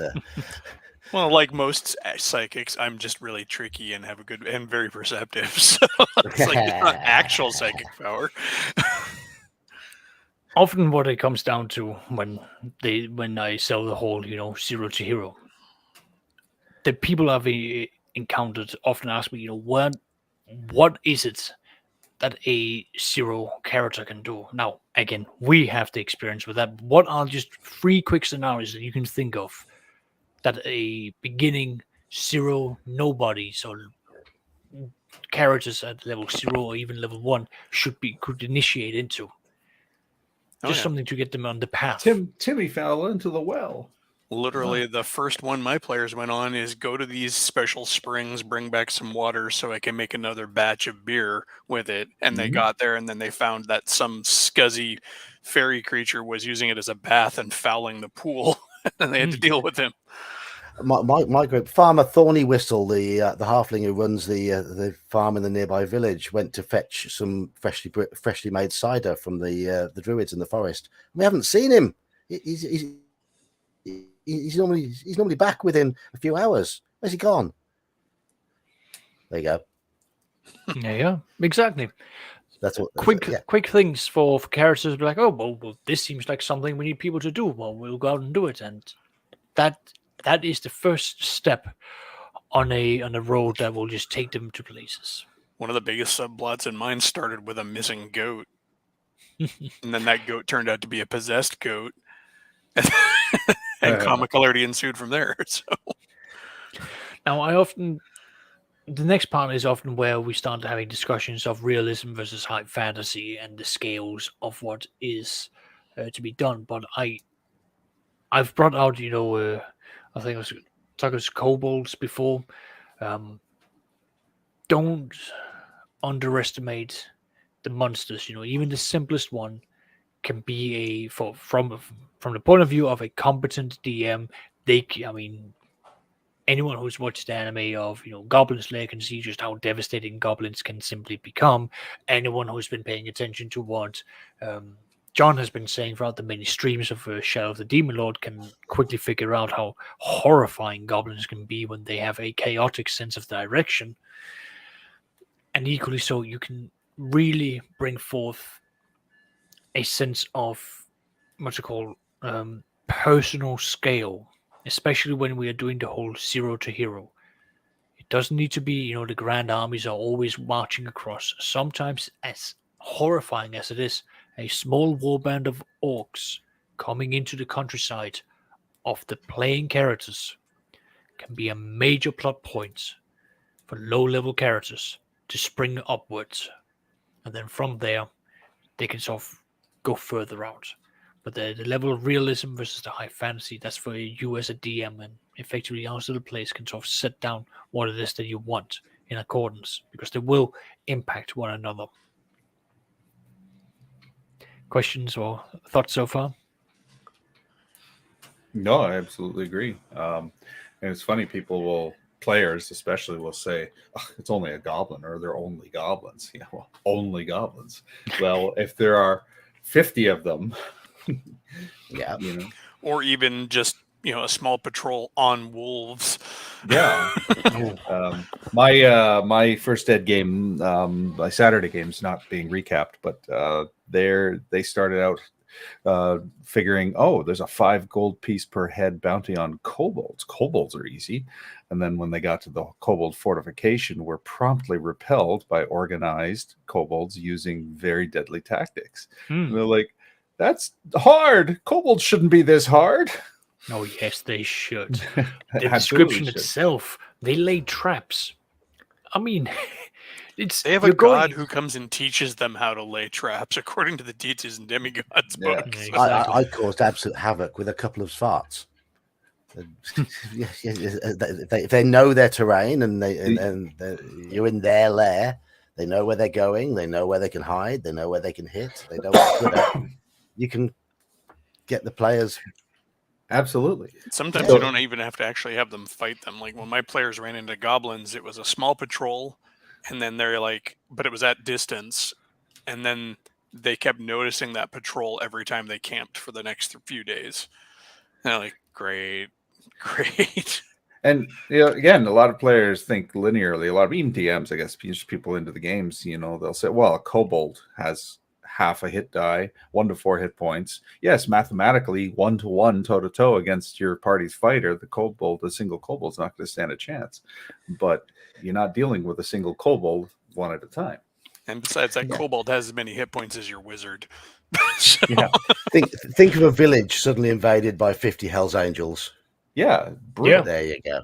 And orcs are a full hit die. They're organized. They're not, it's one thing about that. It's like goblins and kobolds. Sorry, I was about to say they're well equipped. Their gear isn't shoddy. It's not going to break. They're organized. They use tactics. I remember I totally screwed up. 50 of them, they're going to have an up hit dice leader. So 50 orcs they're going to have crossbowmen, archers. They're going to have pikemen. They're going to fight in formation. Good luck with just your party of 4 or 5. You're going up against the equivalent of like professional soldiers from the Greek states back in ancient Greece. Like, it's not fun. With big faces. Exactly. Anyway. Now, this is the part that I think we're now going to have a little bit of focus on. Because the essence of the role-playing game is going to be down to that it's going to be cooperative. And I know you, John, everyone here has been hammering it home for almost every stream I've been in. This is a game of cooperation between players working together to overcome difficulties, overcoming obstacles, whether they are physical, mental, or sometimes as simple as spiritual ones, a challenge of faith, between characters or between NPCs. They have to work together on this. I'm gonna partially mildly disagree. I mean, yes, I agree with the concept, and if that's your goal, but from a role-playing perspective, I also encourage, and I like it when players can embrace a character, even when the characters come into conflict with each other, and that cooperation is thrown under the rug. That in itself can become a fun obstacle to deal with when your own party are your obstacles. That so long as it's organic to the character development. It takes a good amount of buy-in. Organic, yeah, and it takes a good amount of buy-in. But I mean, it does, if you think about it in the context of stories you might read or watch or whatever, some of the best moments are conflict between characters in the story. So yeah, I mean, and learning to come together as a group and cooperate to overcome your more common obstacle, your major obstacles. Exactly. Yeah, it's mature players who can then play in and become their own obstacle. Great, and if they can still do it, well, I encourage at least if you're going to be working against one another, if there's going to be conflict between characters, at the very end, don't go against the group. The group direction, because it's going to go on. And that's where I agree. It's like, yes, you have to have the maturity. Not every group can do it. So that's important to know. And I think that as a DM, you should really be very clear to your players about, whether these shenanigans are going to be allowed or not. If you as a DM can handle it, if you can referee the players, and whether you know your players well enough to know that they can handle it. It's also another one of those times where, like John was saying earlier, you have to choose to play an adventure. Conflict and stuff is all great, but at the end of the day, you still have to come back around to why you're adventuring with the rest of the party. Why should I want to go there? Blah blah blah. You back and forth, but ultimately, in the back of your head, you have to have an answer for that yourself as a player. Why would I want to go? If it's an argument over which passage to take, or do we kill the innkeeper or not? You still have to have a mind for how you keep the game going. Exactly. So now it's also down for the DM and the players. It's also going to be down for you got to build the confidence around your ideas by. At least this is what I recommend. At least having clear expectations. Clear expectations both from the players but also the DM, and then see where it's going to be overlapping. And this is especially true when you start looking at the buy-in, the expectations from what the players are expecting to come out, what the DM is expecting to the game to be like versus what they want from the players. This is where the open engagement or the open conversation at least begins, because there's nothing. I don't know if you've all been in the situation where the expectations were misaligned and there was a very clear miscommunication of what was going to be provided versus what was expected, whether it's role-playing related or just other real life events. These are quite clear things that needs to be done clearly. I recommend as well milestones. Again, this is just the way that this is more my side of how I recommend it. Having clear set of what are you looking to achieve, either per sessions, per arc, per campaign. What is it that you're looking to have done? Because I like to be, as John at the very least saw when I play with him in OSC, I'm very goal oriented when it comes to running games, and I'm also very goal oriented when I play games. And for me, it's quite good to have set out what it is that you're expecting, and I recommend for what can the players do to get involved? What can they do? And even down to things like, okay, Ben's going to be tracking the encumbrance of the group. Charles is going to be looking after the loot, making sure that's being divided out fairly.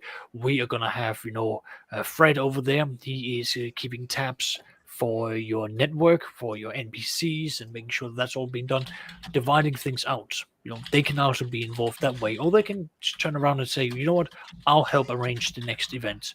I'll help arrange for us to have food. Anything along those lines if you're doing real life games. Everyone's just in unanimous. Go on. I'm just going to address what Michael says here. Yes, as with any skill, practice makes perfect. Well, not so perfect, but practice makes you better. But if you come at it from with the right sort of mindset, then I would say you get better more quickly. If you avoid a lot of the bad habits from the get-go. And obviously we all make mistakes, we all learn from our mistakes. We've all had nightmare sessions. I'll hold my hands up and say, yeah, I've had plenty of nightmare sessions in the past, things I've cocked up, mistakes I've made, and I'm pretty sure everyone in here has exactly the same, but we learn from it. And if we can give a little bit of advice which helps someone avoid making those sort of mistakes, which I think this presentation here is, I think it. Well, get my words out, John. Get my words out. If we can give some constructive advice that will allow DMs just to pick up on things that we've learned over time, then good, all well and good. But we're going to be, you're going to make mistakes to begin with. It's going to be a car crash to start with. Just accept that and roll with it and have fun. That's all. Exactly.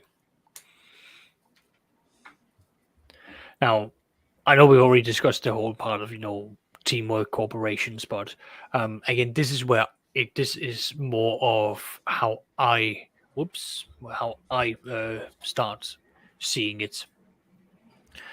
Because I often promote the idea of teamwork, and I often advise that I don't encourage, inter-party conflict, simply because I've not had a lot of good experience with it. Yeah, I've not had a lot of good experience with it, but I've also had the whole thing of, if someone decides like I'm going to play an alignment that is counter to the group, they always come with the expectations that they will still work with the group, and then that still comes back to teamwork.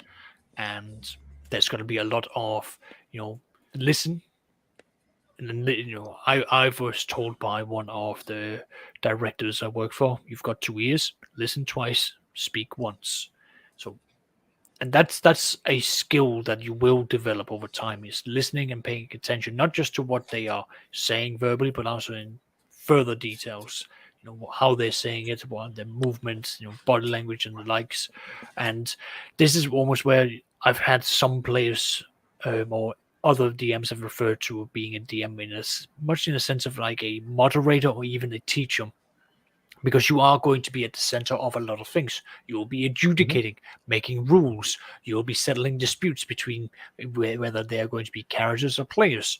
Now, this is, again, maybe a difference of perspective and experience, because this is what I've been seeing. And I know others might say, well, I have groups where we don't have this because we all know each other and we've been playing for years and years. That's honestly incredible from my point of view. And most of those people who say that, though, forget about the fact that early on playing with those same players, they still had those problems. Yes. Yeah. Like, I have a player who I've literally, in my group, I've literally been playing with for decades, but early on, he was just another dude who I started gaming with, who I didn't know and had to feel out, and so I'm just saying. I mean, not every. Obviously, a lot of people who come into this hobby do struggle with communication skills. It's something that, in general, our type of people aren't always initially that great at. There's a lot of people who play the game who aren't confident, who struggle to get their points forward. They lack by talking good. Yeah. And or not talking. One of my biggest problems is shutting up. So, but I understand now. In order to become a decent DM, you have to be open to becoming a strong communicator, because a DM has to be able to communicate. And if you're a naturally quiet person, you can still become a DM as long as you are willing to open yourself up to overcoming that personal difficulty. And if you're not willing to open yourself up to it, then don't DM. It is. I'm going to be harsh there. No, You've got to be. not- You've got to be not for confident enough to everybody. Put yourself. DMing is not for everyone, and I will It say isn't it for again. everybody. DMing is not for Exactly. everyone. If you are not willing to one, listen, and two, communicate, and three, also becoming an impartial adjudicator for when things Yeah. go wrong, then Yeah. this is not a seat that you want to sit in, and that's fine. I have a friend that he has got a lot of theory crafting. He's got a lot of insights. Every time I ask him, why don't you run games? He will sit down and simply say, the amount of responsibility and the communication needed is not for him. He can talk to me because he's known me for at least a That's fair decade. enough. And he's comfortable communicating to me because I will listen to him and I will give him a good amount of fair share to explain himself. And I'll be fair with him, always. And he knows it's easier for me because I am a very extroverted individual. I love talking. It's pretty obvious at this stage because I keep returning. So my point is, it's going to be teamwork, and you as the DM, you will have to take on the responsibility that you have to be a communicator. You will have to be a mediator. You will have to be, there to resolve conflicts. Yes. And the conflict is going to be different depending on how you do it. Doing it online, you have no way of checking in whether someone is deciding to open up tabs to look at YouTube cat videos or what they're doing. But I Don't judge me. I can't judge you because I can't look over your shoulder to see what you're doing. But my point is, as a DM, you're also looking to have cohesion ongoing. And that's going to be anywhere from, keeping the group, focused or keeping the group engaged. And that will be anywhere from, preventing them from doing, well, what's called for modern day shit posting or just talking shit. Looking at their phones, because I often, I don't encourage using the phone at the tables when it's real life. I want to keep the focus on the group. And you've also got to be willing to then step in and stop players when you are noticing that there is a purpose and intentional disruption, or when there is a direct sign of not character on cooperation, but player on cooperation. That's why you've got to now suddenly step in. You're no longer going to be, I'm just Oscar, the Saxius, the friendly guy who's there. They're like, no, you have to step in, and you now have to be the adult. Within psychology, I was taught that there are 3 different layers that you can have a conversation. To simplify it, you can be the adult where you are speaking from a point of view of authority. You can be the teenager where you are being rebellious and standing up to someone, or being you're basically rebelling against something. Or you can be what's referred to as the child, meaning you're being the receiver. You're taking in what is being received, what is being imparted onto you, good or bad. But you have to understand that you as a DM, you will need to put yourself in the position of authority, and that is a social power the group will give you, and you have to wield it with respect, with care, and especially with fairness. You will respect my authority. Exactly, Kyle. All right.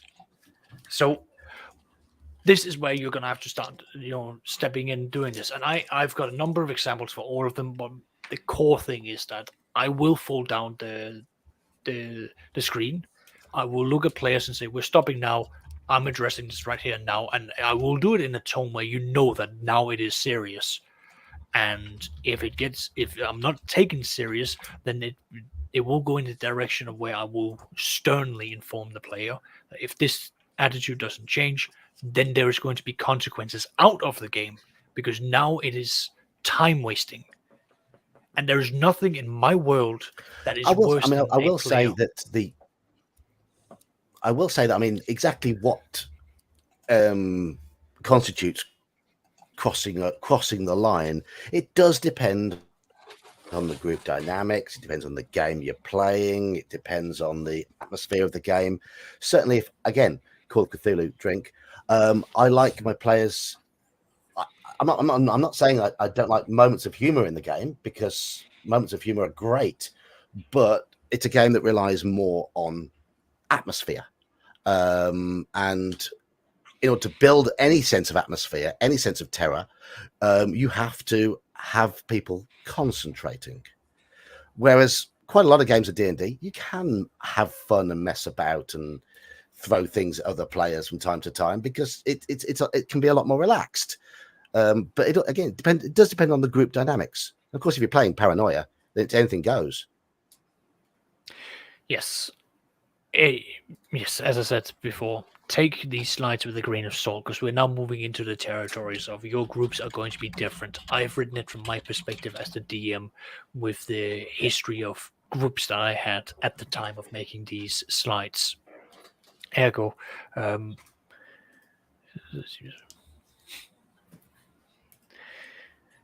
get back to Michael's point later. But yes, that's at least from my point of view, that you as a DM, you are going to be in a position of power. You're going to be expected to step in.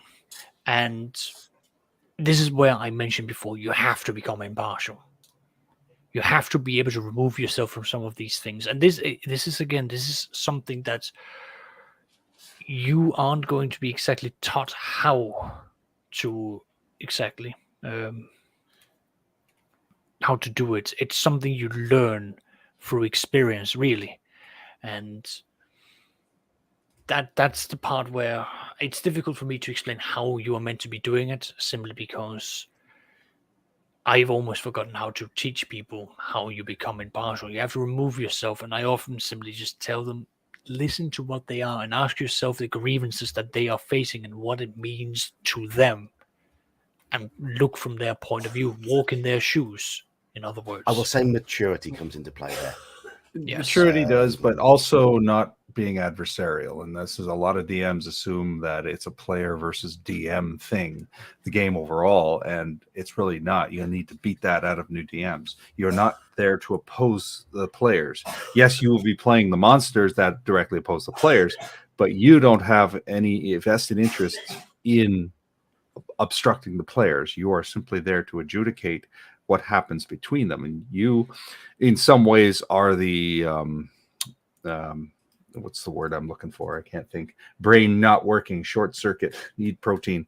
You're the representative of the NPCs and the monsters, but you're not trying to make them win. You're not trying to make the players lose. And if you get DMs who start fudging either for and against the players, you lose the trust. And I think trust is a key thing we haven't talked about. If your players trust you, it makes it that much easier to be more neutral, more impartial to the situation. I'm sort of rambling now. Somebody jump in. No, it made sense to me. So, moving on from there,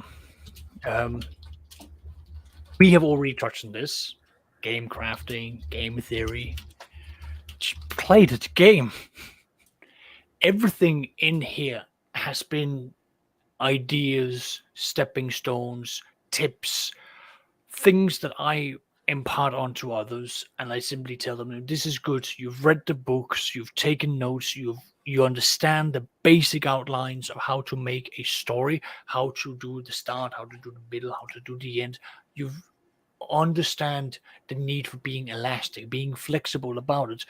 But this will not mean anything unless you bribe, coerce, just get a group together and start gaming. Run games. Run them consistently. Ask for feedback. And not just, in two ways ask for feedback. In the group, I'll ask them, did you have fun? What did you enjoy? Did you have any highlights? So forth. And I like to also recommend, ask them on a personal level without other people being around. If they had fun, what are some of their goals? What do they see in this game? Where do they see themselves going? Because then there's also feedback coming from you, because not everyone wants to sit in front of an entire group and say, you know what, I didn't have fun, and here's some criticism for you. Sometimes people want to reserve that to a more, we're now just talking, you and I, here's something. But this is where you as a person, you take on the constructive criticism and you learn by running. You make mistakes, you learn from the mistakes, you adapt, you overcome, you improve. And that As you said, that is comes really from maturity just and experience. And this is the end of my slides here. There are no mathematical way. I can give you an Excel sheet that will simply just overcome this and make you a fantastic DM. You're gonna have to do this on your own. I can, at the very best, give you tools, but I do want to tell you the one thing that, to me, motivates me, and it is my North Star. And I didn't know it was my North Star until someone told me something. As a DM, you are going to be leaving memories for people. Memories that they will hold very fondly. They will be a gift to them.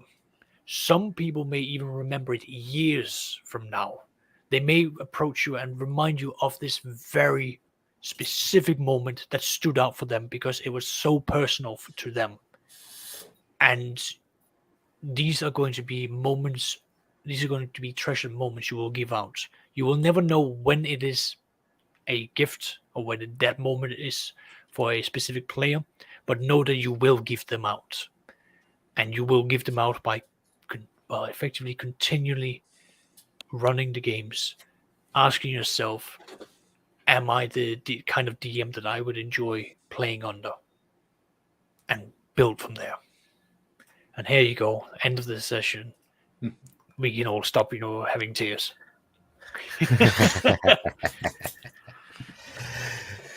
Right. Well, thanks for that, Saxius. That was most interesting, but it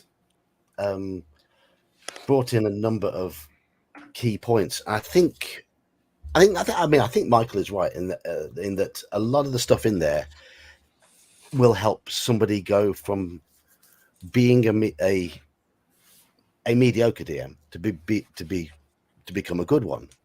And we've obviously got to get that initial step out of the way from being a bad DM to becoming a mediocre DM. And I personally, yes, reading this sort of slideshow, seeing that sort of slideshow, reading those sort of tips will help to give a grounding, but ultimately, it only comes from enthusiasm, experience, and a bit of flexibility. Initially, that's what you need to go from being a bad DM to becoming at least a mediocre DM. I think those are the three key points. Yeah, I very much agree. Mm-hmm. And since there's not been a lot of opposition throughout the entire evening, I take that majority of it, at the very least, you've enjoyed, or that my points have sort of like rung true with the majority of you, I hope. Yeah. I think it was very, very productive. So what do we do now? I'm going to say, so pearls of wisdom from Sean and Eli. Then, anything you'd like to add to what we've just seen? Yeah, run the game you want to run. And this is big because I see a lot of it now where players almost bully DMs into running the game they want to play in. It's like, I'm sorry, I'm running the type of game I want to play in. If it happens to align with what you like, great, but you're not entitled to my game. You're not entitled to guide the tone or course of my game. I mean, if I'm open to it, it's different. But if I'm saying, well, I'm running Forgotten Realms, and I'm running it in this era, in which case, yes, I am. I'm running the gray box era, so the mid 1300s in Forgotten Realms lore.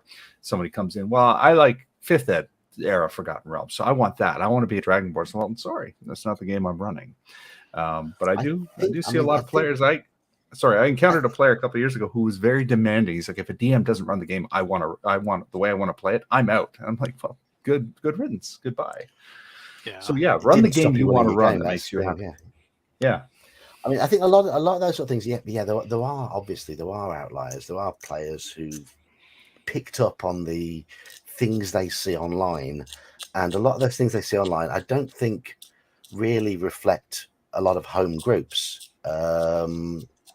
it's more. I think that's more. A lot of what we see online is more to do with organized play and convention play and things like connecting with folks on the internet, things like that.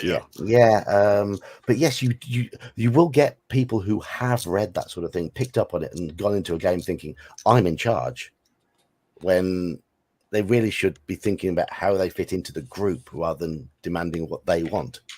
Yeah, I know one thing that I wish I would have done more of, and as a DM, and that's cultivate multiple gaming groups. I really allowed myself to get comfortable and complacent, even to a point, with having the same group of players all the time. And this kind of dovetails in with what Sean was saying about play the games that you want to play, or run the games that you want to play. I often run into trouble nowadays running games that I'd like to play because not everybody in my group is cool with that.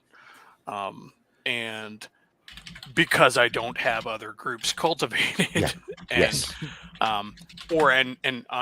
the flip side of that is I haven't cultivated my comfort level with running for lots of people either, because I ultimately have to be the one running it. And so, there's two sides to that. I haven't developed the stable of players, but I'm also not overly keen on playing with strangers at this point in my life. I really have to warm up to folks before I can even run for them. I think one thing we haven't mentioned is one key to becoming a good DM is to play. Yep. Yeah. I do not and play experience anywhere near as much as I should. Experience what other DMs do, both the good and the bad points, and try and pick up on the good points.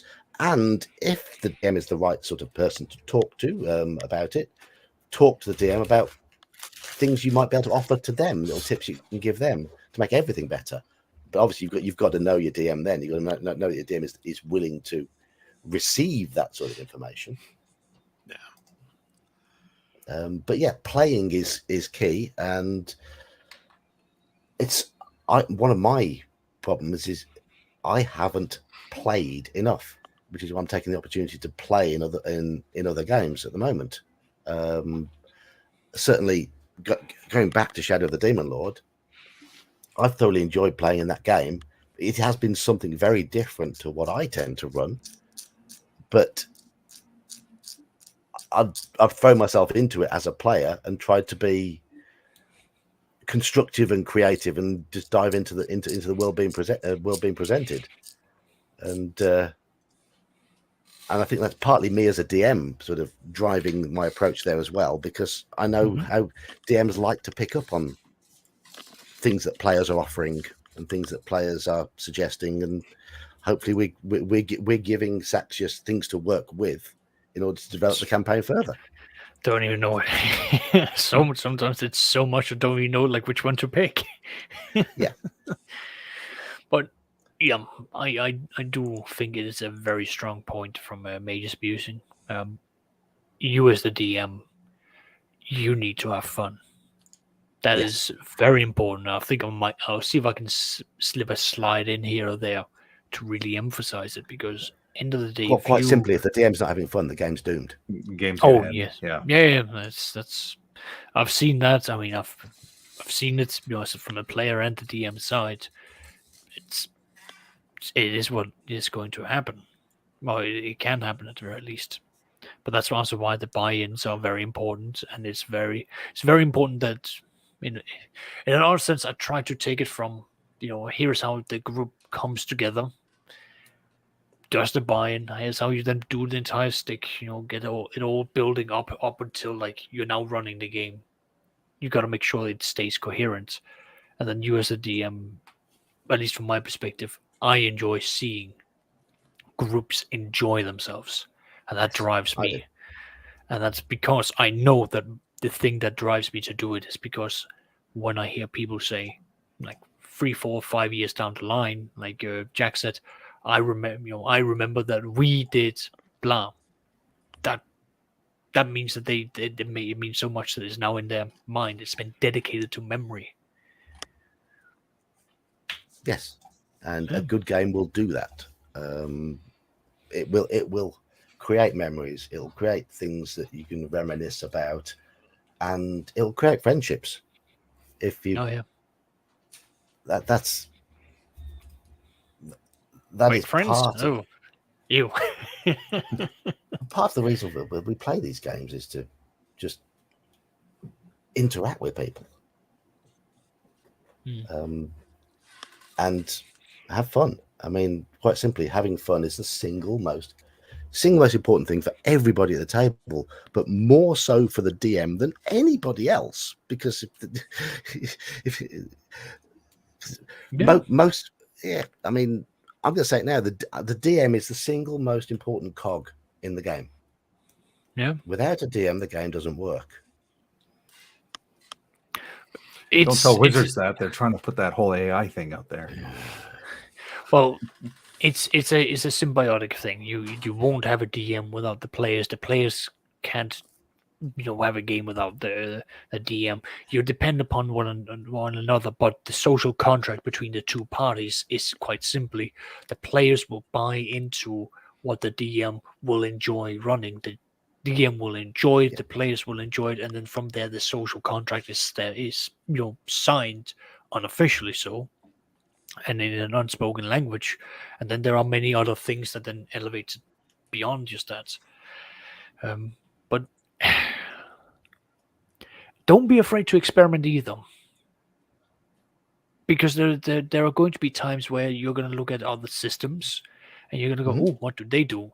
You're going to find something that's awesome and you're going to go, you know what, I can use this and I'll bring it over. And then once you've gone past the whole point of you now have read the book maybe once, twice, or 3 times front to cover, you now know the rules very comfortably so, and you can run it very without feeling too much bound up for, oh, what does the book say right here? Gotta look up, survival guides or speeding the play, fighting effectively, hiring loyalty. You will find yourself sort of doing things more on the fly because you understand the concepts, the rudimentary outlines of why it works, and then from there you can see how other games works, and then build it into your own method, and then you're going to start doing crazy things like house rolling, and then we're going to get even further into experimentations. But then at this point you've graduated away from just a beginner DM or even like a mediocre DM. You're now moving towards like creating yourself as a DM. You're not bound by simply just saying, here's a game, it's going to be A, B, and C, and we'll have fun just doing like basic from point A to point C. You're now going into the whole, well, we'll do A 1 2 3 and then B 1 2 and start making your own little ways of making the stories more intricate, more immersive, and more embraced by the players. But that is unfortunately a pathway that I don't think anyone here can outline for you. You have to build that yourself. From my perspective, I mean, there is this nagging thing in my head ever since I've been gaming, a yearning to want to play a game by the book. But when I've sat down at the table to run a game, that has always gone out the window, always. And I've just nowadays I just embrace that. Yep. I find that even especially when it's new games, the intentions are often play by the book, so everyone's on the same footing.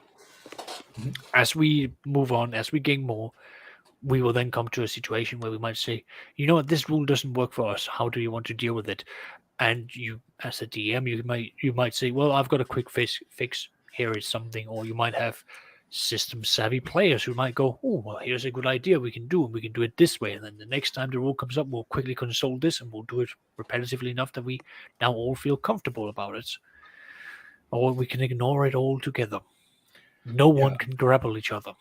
I like to have, again, the book as a basis, but for all my games, I have a document of house rules. And okay, we can refer to these. That way the players at least can know, generally speaking, we'll defer to this. But they understand that sometimes a ruling is going to be made on the fly, and I have a 1-minute rule too, in terms of, okay, if we're going to look up a rule, if I can't find it within a minute, I make a ruling and we move on. And that's fair, yeah. But sometimes, and even within the context of modules, modules will come up with the mechanics that are alien to the core rule systems for dealing with specific situations, and you just have to run with it. Or you can ignore those mechanics and run it however you want. Run it by the book, yeah. I mean, not certainly towards the end of the TSR era, modules weren't properly proofread and properly play tested. So there's all sorts of janky stuff in there. So just run it how you want to run it. Oh yeah, it's all over the map. But something else that occurred to me is skills. Every DM has their own set of skills that they're good at. And I think it's important, especially as a new DM, to figure out what you're good at and build around from that. I've had friends who are DMs who are amazing at math, but they're terrible at acting. So their NPCs suck, but their grasp of the mechanics of the combat is spot on. They can do all the calculations in their head faster than a calculator. And then conversely, you'll have people who are very good. I got a friend of mine who's brilliant. I've never seen better at playing characters and coming up with motivations and interpreting the alignments. But then there are other areas in which, he's lacking. Excuse me. So try to identify what your skills are and work your games around that while you foster and while you develop the other skills that aren't as strong. Mm-hmm. And at the same time, try and identify what your players' skills are and try and lean into them where possible. There's nothing wrong with dividing out some of the responsibilities. You can have a rules lawyer who will memorize the rules inside and out, but if they know that you get the final say, those are golden people to have in the team. Turning around quickly, going, "Oh, what's the rules for this again?" And they go, "Oh yeah, here's how it goes. Brilliant." On to the next one. Yeah, you can have constructive rules lawyers, and you can have disruptive rules lawyers, and a constructive one is a boon to the table. Mm-hmm. Exactly. And you've got the one who likes to, I'll use myself as an example, the one who's like, oh, I like to categorize things. I like to keep things sort of like done with Excel sheets and so on. It's like, well, give him the job where it's, cataloging and making sure that you've got all the information there. And then he will take all that work off the DM. So like he doesn't have to sit and do all of these things. Share the load. Hell. Yeah. Like. And you get the incessant doodlers. Hand them the map. Yeah. There you go. Draw the map as we go along and add your own flourishes to it. But the other thing I'm going to say is don't feel pressured into running a specific system because it's the system of the day, or because it's the one that everyone's running. There are often better systems for beginners, and you've already mentioned keep it simple, stupid. Don't feel beholden to use every single option, every single splat book or whatever. Start basic, start simple, and build up as you gain confidence. Yeah. You got to build that confidence. You got to build your own routine. You got to develop your own thumbprint, you could almost say.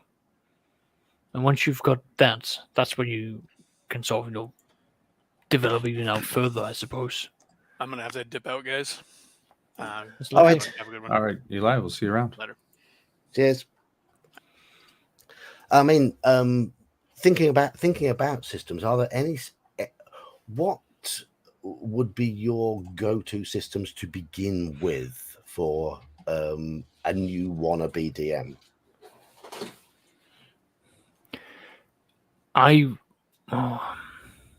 The current market of role-playing games, I would really recommend that 5e is a very accessible game. You've got a great deal of players. You've got rules, like just taking the core book for 5e, a core set of rules that are very easy to understand, very accessible, and that's a very good jumping point for you to have a very easy and smooth introduction. I mean, the 5e DMG is very good. It's not lightning in a bottle like the first edition, but it is very good. And nobody ever reads it. That's the problem. There's definitely no shortage of support and guidance for 5th edition, but I think the system itself, it can be overwhelming. I've found running 5th ed that it requires more work as a DM than older systems. Yes, so I would that agree can be an obstacle. For me, if I was suggesting somebody getting into D&D, I'd say go with basic or old school essentials, because it's fast and easy to learn, and you can build from there. Like, I love advanced; it's my favorite, but I would never say somebody should start there. No. I would certainly say of what's available at the moment, if you want to get into a D&D type system, OSE to start with. But equally, if 5e is your thing, then they did do a free download of the basic rules. There was a starter set with a very good adventure in it. It's just that for me, once you get above the first few levels in 5th edition, you get to them far too quickly. Well, it bogs down. I think it's worth asking the question of like, what is the market you're looking at? When I say market, I specifically mean market of players. Yes. If we're looking at the OSE, OSR, AD&D crowd, then that right there sells it. OSE is probably going to be the easiest one. They have intentionally made it so that the book itself, everything is on a single page. It's written. Yes, my point is, one page, one class, one race. Everything is written there. You don't have to look over to the next page. That's a whole different thing altogether. It's crammed onto one place. Oh, it's brilliant. And they've done that intentionally. So if you're looking at that crowd, that market, then yes, absolutely. OSE is the easiest one to pick up in. Super simple rules. I mean, I might even argue like Swords and Wizardry is really basic. And I mean, basic fantasy is another one. Really simple stuff. Although some of these are going to be requiring more work from the DM's point of view. OSE has got the cutting edge that it's simple. It's portable. Really portable. And it's once you get into the mechanics of it, you can be building very easily forward. As you say, speaking positively. It's the presentation. It's the presentation of OSE for me that really knocks it out of the park. OSE's got a great presentation. Now, speaking positively to 5th edition for a change, I know that's blasphemy on this channel.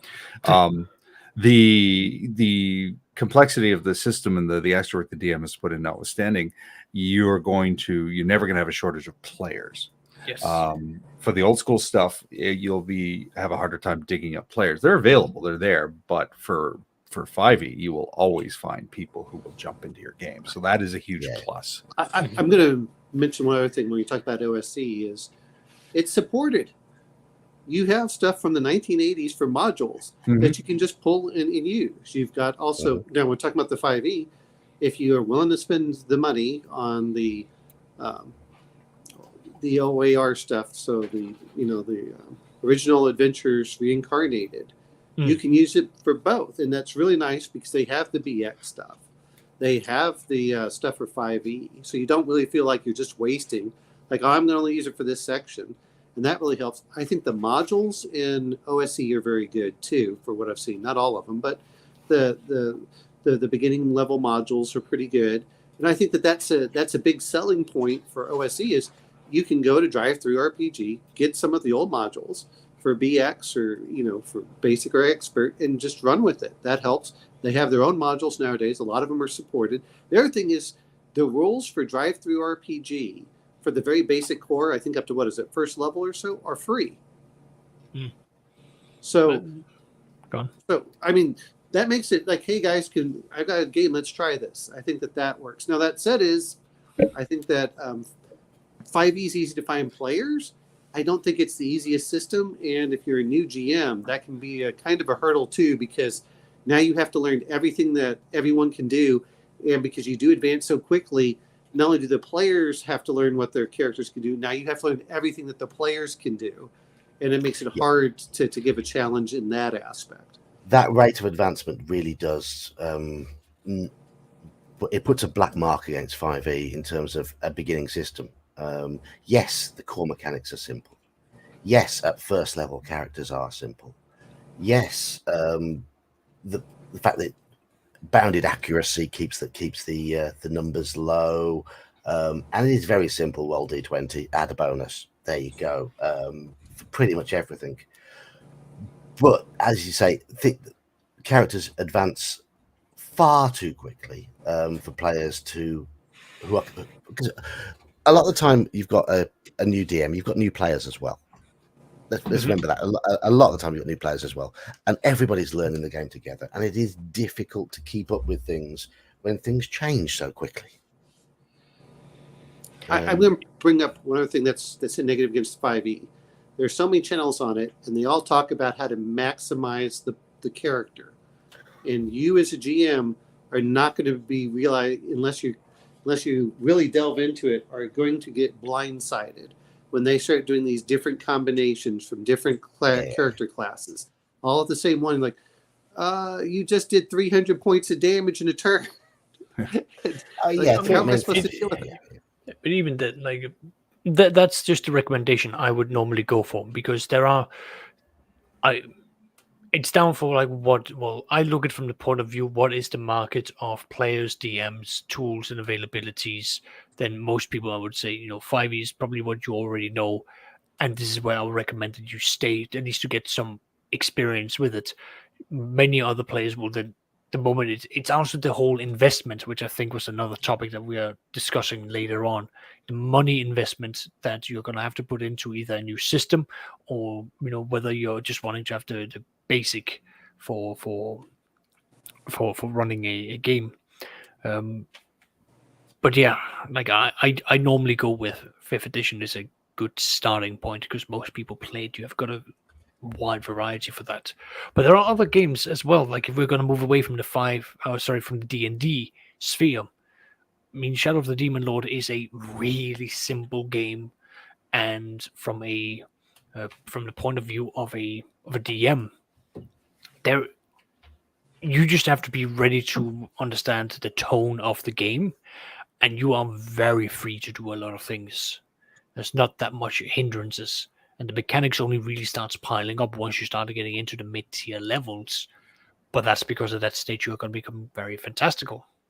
But you as the DM, there is control. A point though there is a point though that ease of running a game isn't just the mechanics. It isn't just learning the game mechanically. I'm gonna say now, for example, yes, I was able to run a couple of sessions of Call of Cthulhu without even owning a Call of Cthulhu book, after having played just a couple of sessions. Did I run them well? Probably not. And the mechanics were very, very easy to grasp, very quick to grasp. But after running 3 hours of Call of Cthulhu, I am mentally drained. I'm tired out, because it is harder work to try and stay on top of the whole feel of the game. I think there's a lot more experience and skill required to run a Call of Cthulhu game, even though it's mechanically extremely simple, than there is to run a very basic D&D game. I think the expectations are different. The expectations are somewhat more stringent on the DM to get that tone right. I'm going to agree with you on that. I'm going to bring up something that's really helped with these new starter sets for various games. I know this isn't your genre, but Traveler, they have their expedition, which is like $23, which is good. You get your basic, but one thing that I liked, I'll mention Conan, which I think it's a little bit more complex for new GMs, because, well, yeah, but no, the reason is it's fun to make characters in Conan. That's if you can get, like, I have my friends, and Amelia, I use the stuff online. It's like, oh, I get to do this. You can either select or you can roll. You can select or you can roll. And you get through this, and they've made a viable character, since, like I said, as I use the online character generator, which is free. in 5 to 10 minutes. You can do the same thing with Traveler. That's very simple and easy. That to me helps out a lot of getting the players in there where they're like, well, let me try this. Well, let me try this. Let me try this. And I think that some of those systems are fun to just, it's its own little mini game before you actually adventure to create your own characters. I know that sounds funny, but it's not overly complex. You know, like some of them, Call of Cthulhu, players are agonizing, well, should I get this or should I get that? Same thing if you're ever going to play the Warhammer, you still do something, unless you're just going to roll randomly, which I think helps with the 4th edition in some ways. But I think that there's that. But the Alien one, I think, is really easy as well. It's like, well, how many dice do I need to roll? You roll this and this. The monsters have kind of a random attack table. They attack and they do this. They get 2 actions and they kind of decide, which is very different than what you would expect. I like the adventures that they have. I think they're pretty well written. At least the starter set. And it's very easy because it's a known IP to get players to get into Alien if that's the kind of game that they want to play. But is it easy for the DM to keep the atmosphere and the tone of the game going? For the starter set, I think it is, because you are, and I'm going to bring this, I think it's easier than Call of Cthulhu because, let's be honest, we went off in all sorts of directions, and you have to like rein us in. You have to put what I call the bumper of adventuring. You know, everyone talks about a railroad, but you have to assume there's kind of a railroad without without the players feeling that everything is pre-scripted. The alien stuff is you're limited to a certain small area, a spaceship. Well, if you're in the spaceship, there is nowhere else really to go if the adventure is taking on the spaceship or if it's taking off on a small colony. You know, whereas D&D, you go wander around. That's part of the reason I think that D&D had the dungeons, is it limited the players into a small area where you could control where they're going. Whereas, you know, some of it's like, okay, you're going to do this within the town of X. I mean, we could have gone the 3 adventures that we had. I'm sure you had to bring us back into every so often back into things because we would go off in one direction. Like, all right, let me help you get back on the road. You know, and people complain about railroads. You were roaming around Paris, one of the biggest cities in Europe, with almost complete freedom, and I had to try and make it work in the constraints of the adventure. Oh, I'm here. I think I'll take in the Louvre and go to the Moulin Rouge. Well, no. The problem is when you go to the Palace of Verdun, that is a giant facility unto itself. And then, you know, while John was doing his thing, I'm researching the 1790s, trying to make sure I get the feel right, or what is it, 1780s? You know. Oh, well, what's this? Well, what was the palace really like? Oh, well, let's go over the stables. Well, how big were those? Well, there's 1,500 people in the stables. You know, when I was looking up online, you're like, all right, so who am I supposed to talk to, let alone anywhere else? You know, whereas to be fair for the Alien, most of the time you're probably dealing with 20 NPCs total, if that, plus, you know, the roaming monsters, plus whatever, you know, whatever's hidden and you're trying to find stuff out. There is a claustrophobic feel, and I think that's what helps Alien aspect. Now, if you're going to do a campaign, that's a bit different, but I think that helps out. Traveler is another one. You know, where do players go? But sometimes I just want to say, what's easy? What makes it fun? I hate saying this. There are some. I'm going to use GURPS because I hate GURPS character creation. I am sitting there for hours trying to make sure I get all my numbers correct, that I do this, that I understand these rules. That the rules are pretty simple. 3d6, roll below a target number. That's easy. No problem. However, trying to figure out how to do your skills, and why does I have doctor, but I don't have diagnosis. I have to buy a diagnosis also. And, you know, I hate it for that aspect. It's such a pain. I like nice broad skills. Does that mean it's a bad system? No, not once you run it. But getting the players to invest that much time in their characters is hard. Exalted is another one. You know, when I hear people go, we're going to play a one-shot. If you're going to play a one-shot and it takes you 6 hours to create a character, but the one-shot's going to be 4 hours long, something is wrong with the system. Yeah. That's So- one of the great things for me about OSE. It's you can have a character going in 5 minutes, and everything. Obviously, being someone who started with D&D back in the day, it all feels very familiar. It's of course it's going to feel familiar. It's based on BX, but that familiarity helps. The simplicity of character creation helps. Getting players involved quickly helps. And you're right. You're right. I've made a GURPS character once, and when I was about 15, and we didn't actually get to play the game because it just took. We spent the entire day. A rare Saturday when me and all my friends could get together. We spent the whole day making characters, and that was it. And that was I'm gonna mention something that Sean has done, which I think has helped so much. The completely contrived entrance of. I think that helps so much for anyone that watches. If you're ever going to touch BX, go watch Mage's Musings and seeing how he brings characters in. It's like one dies and like, oh look, they magically find one in a cell. Oh look, he just wandered in from the woods because he's lost. Oh look at this, and you go, you know what? It doesn't have to make perfect sense. Let's run with it. You know. I mean, I would say, the players in the my OSE game have lent into that. They put a sign near the entrance of the dungeon saying "Willing adventurers this way." So there's an excuse for a constant flow of new adventurers. Follow into the chalk dungeon. markings. Yeah. Yes. Well, and I think that the morale, it's not overly complex to understand morale. You know that roll the morale, do this. I think that when we're talking about new GMs and things, I think that's the biggest thing is as a GM, you have to be excited about it. And it helps if it's easy for you to understand. And everyone's going to make mistakes. Part of the reason I like the alien system was, okay, if you roll a 6, it does this. If you do it this way, and then as you get more successes, you can do some really cool stuff that the other systems don't allow you to do. You can do it, but it's not part of the system. Like, okay, I fire my gun. Well, if I get a certain success, I can actually have whoever's being shot at suppressed. So now they can't move forward towards me. Which may not seem like a big deal until you get the alien that gets 2 movements at you and you only get 1. And you're going, all right. I shoot at him. He's suppressed. He can't quite come at me.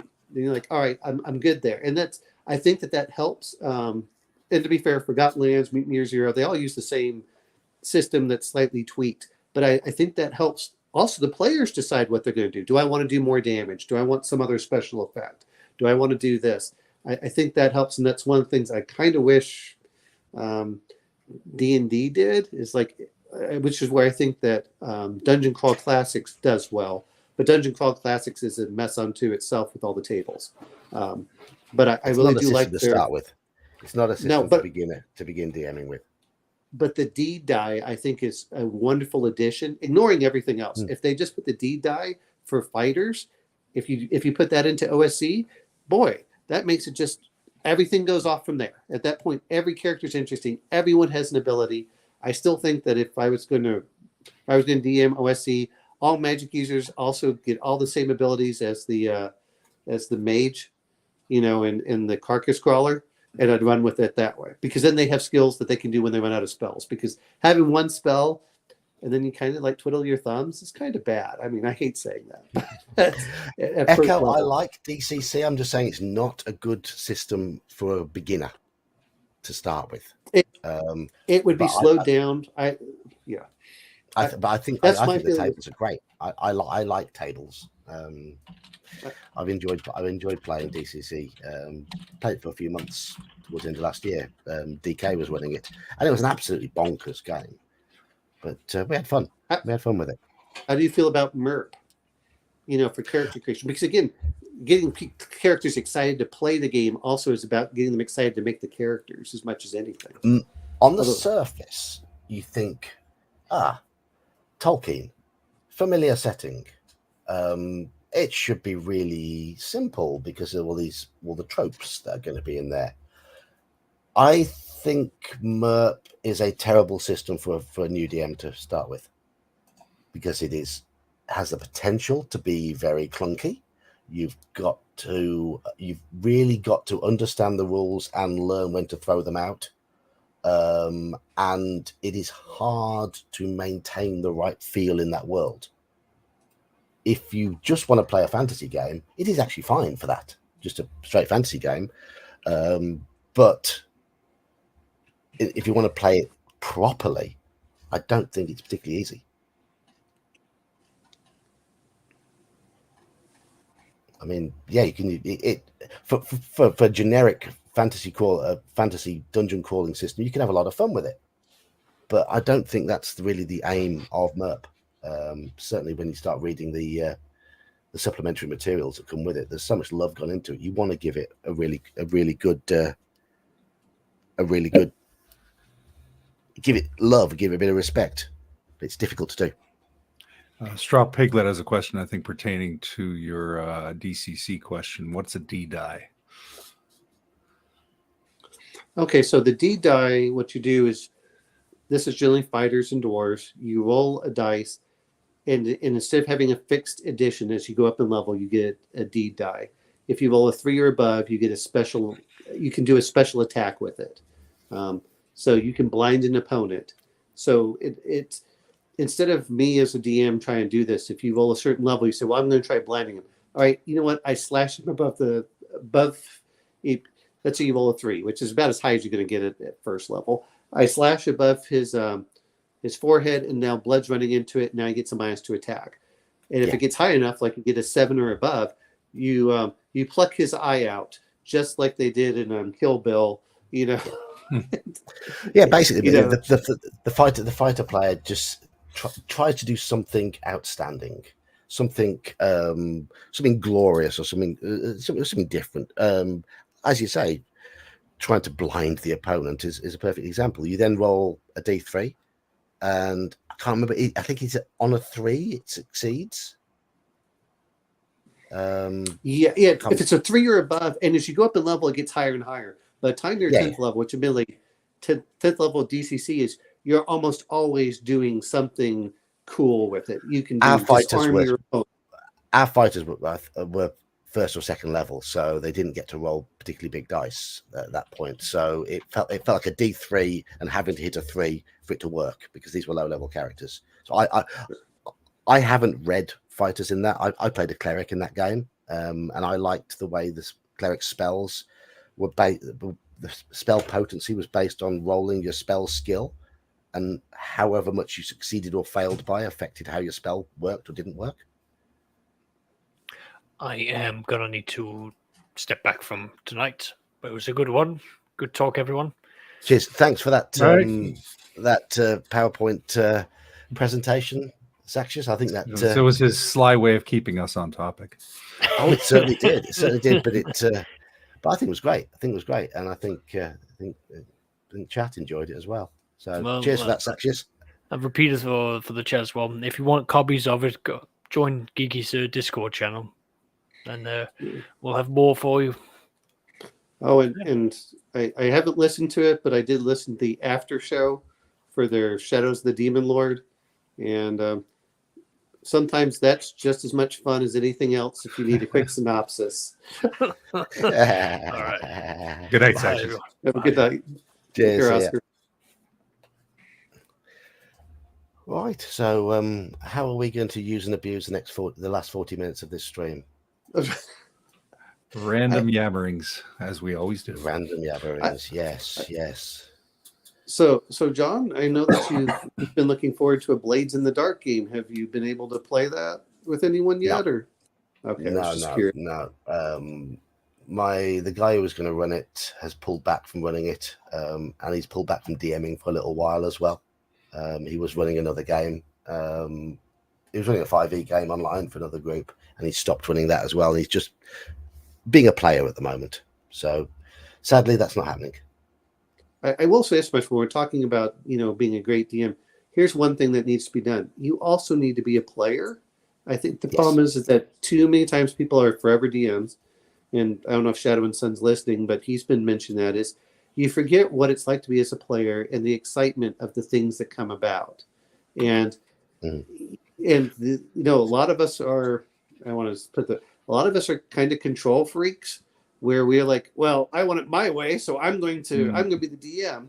and you kind of go back and you're like, man, I just want to let things go. Let someone else, like, what I want to say is, I want to go on to Epcot. I want to get on the ride, and you take me for the thrill, and I'll pick, I can switch the tracks just a little bit, and we'll still go down. And I think that's what comes into it. But I think there's a lot to be said for be a player, also be a DM. And I think that those are, because you'll see two different sides you don't think of a lot of times. I absolutely I agree. I think it's important especially forever DMs, to be able to break that mold and sit in as a player for the very reasons you outlined, that perspective.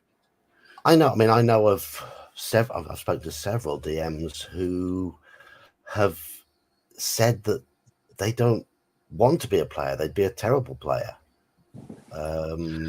All the more reason to try to learn it, to temper yourself and just accept it, just to play and be open to the new experience without trying to control it.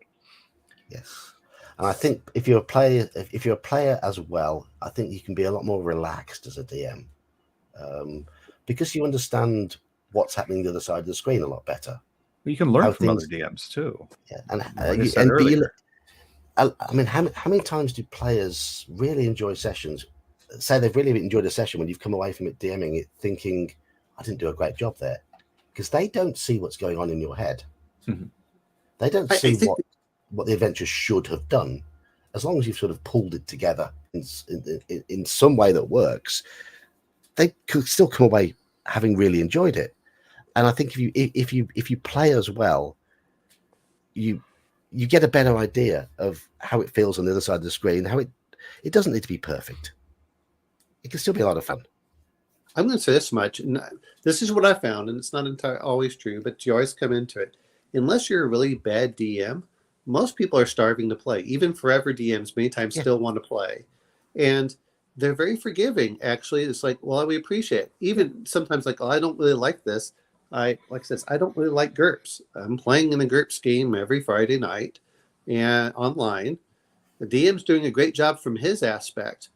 I kind of want to go, he wants to go one way, I want to go for another, but there's nothing, but he's having fun as a DM playing everything. And, we're all kind of like, well, you know what, if you get burned out, that's the other problem that we have to look at is DMs get burned out.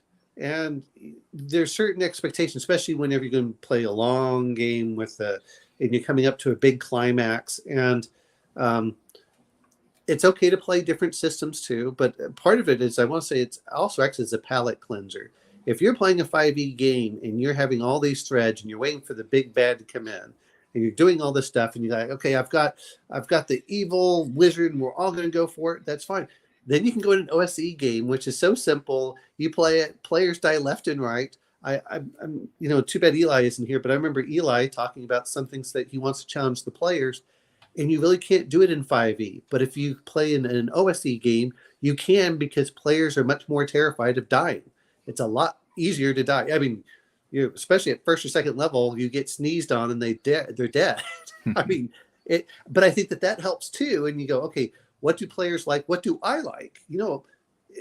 As a person here, it is so hard for me whenever, like when John runs a game. After he's done, I want to be briefed on all the things that can go on in the background and know all the little secrets. But when I'm if I run a one shot, yeah, fine, yeah, I'll happily explain everything if I run a one shot. Well, but I mean, you're right, but I don't want to know that while I'm playing. I want to know that after the fact, and you're like, because you want to figure out the mystery. The other part is, when we're talking about being a decent DM, players, your players will come up with more ideas and crazy conspiracies than you ever will. And guess what? You can use those. You don't have to build everything they'll build stuff for you if you listen to them and go, you know what, that's a good idea. And then the players will be like, I knew it. I knew this. Like, well, that wasn't how I planned it, but you had a better idea than I did. So steal from them shamelessly and give them the win. That's the other part is, it's like, oh wow, yeah, you're right. You figured out that the hostel keeper was over here and he was in league with the Duke, and whereas before you're like, well, he was just a hostel, he was just taking care of the hostel and I had no plans for him. But since the players came up and they were suspicious of him, I ran with it. And now he had something under, he had tunnels underneath that he was allowing, acting as a smuggler, and he was acting as this person. You just go for it. Just embrace whatever they sometimes come up with. Not all the time. You still want to surprise them, but let them have their wins too. You saying embrace this just reminded me of a point I wanted to raise. I think Saxius missed this out from his slideshow. And I think this one's going to be something that, Mage, you're going to agree with here. Embrace the random. Mm-hmm. I think that's... Justify it. Even if it's absurd, find a way to justify it. That's one of the challenges of being a DM. That's really easy in a fantasy game. You can't. In a fantasy game, it doesn't have to make sense. You're in a crazy guns, especially if you're doing a DCC or... Well, for example, years ago, my group, I rolled a random encounter. There was traveling midday, and the encounter was a vampire. So how did I justify it? Well, they came across the tracks of the gypsy train that was protecting the vampire, right? And so, they met these gypsies. They had no idea it was a vampire. I didn't say, when he rolled in, I rolled a vampire. All they encountered was, the travelers who were protecting the vampire. They had no idea it was a vampire in that carriage, right? And so, that created a whole subchapter of the storyline. So it was interesting. And so, just by justifying something that was out of place, a vampire encounter in broad daylight, right? It forces you out of your comfort zone a little. But by pushing out of your comfort zone, that's how you learn new skills. That's how you learn to improvise. And improvisation isn't something that comes easily to everybody. But you have to learn it. You have to develop it. Mm-hmm. And a great way of learning your improvisation skills is through the random. As you say, to justify it, you've got to make it up there and then. And what I want to say is there is controlled randomness, especially if you're creating your own wandering monster chart. You can put a couple of unique things and have it in there, and the rest of them are like, oh, okay, you get the giant centipede, but you're like, well, what's going on? You know what? I'm going to put the random ghost that wanders through and is trying to seek revenge against this, and that only occurs if they roll a 12, and it's like, oh, okay, and you don't know when that's going to occur. That's the other thing. Or if. But as the DM, not only are you saying and doing this, it also has fun for you. Because you aren't sure. I know Sean has mentioned this, that it's you're surprising yourself as much as anyone else. Oh, where will this go? I don't know. Let's find out. I mean, I have to be willing to let go of that control, and that's something that a lot of DMs feel they have to do. They have to control every aspect of the game, and no, let go of that control. The game will be free, and you'll see magic happen. I mean, when we put together Wandering Monster tables, we'll have ideas in our head as to how things might happen. But in all likelihood, it won't happen that way at all. It won't happen that way at all. But that's one of the things I liked about the old monster manuals, or the theme folio, and the monster manual 2. Roll. Okay, guess what? You're here. Now this occurs. Okay, well, how many appear? All right, you just come up upon a whole goblin encampment. I think that's the other. There's another thing I don't know if you guys touched on, because I'm sorry, I was actually working until 4:30. How dare you have employment? I know, and then it rained. So I'm almost in the desert right now. But the speaking of which, but the whole point of that is the trust. The players have to trust you, and you have to trust your players. If there isn't trust between both of you, it becomes an adversarial game, and you're not going to enjoy it as much as a DM because you don't trust them, so you have to look over their shoulder all the time.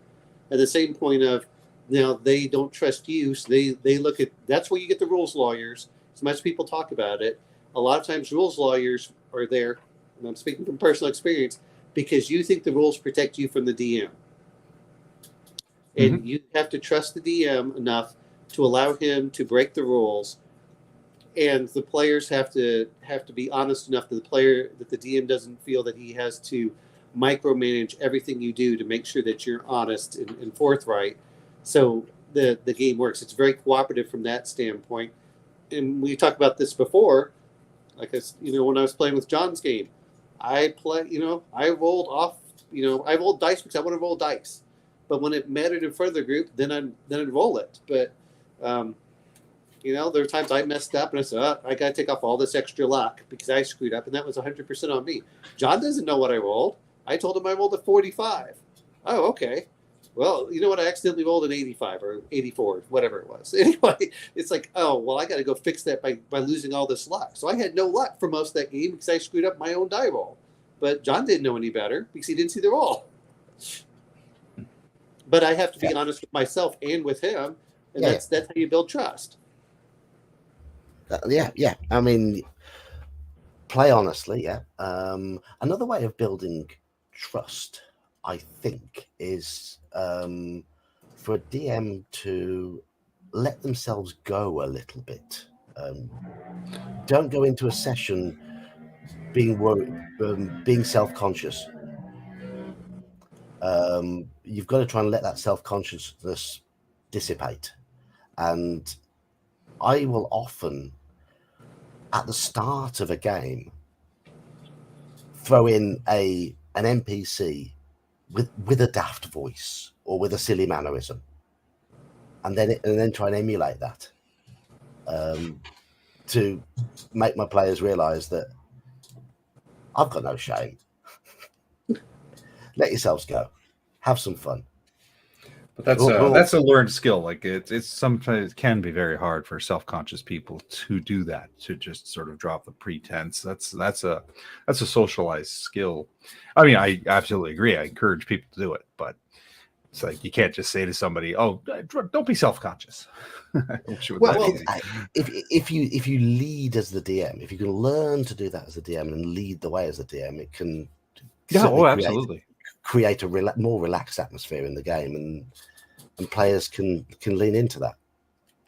I think from a DM's perspective, if you got somebody who is self-conscious, being the DM at the head of the table, they feel that responsibility too. That just sort of compounds it.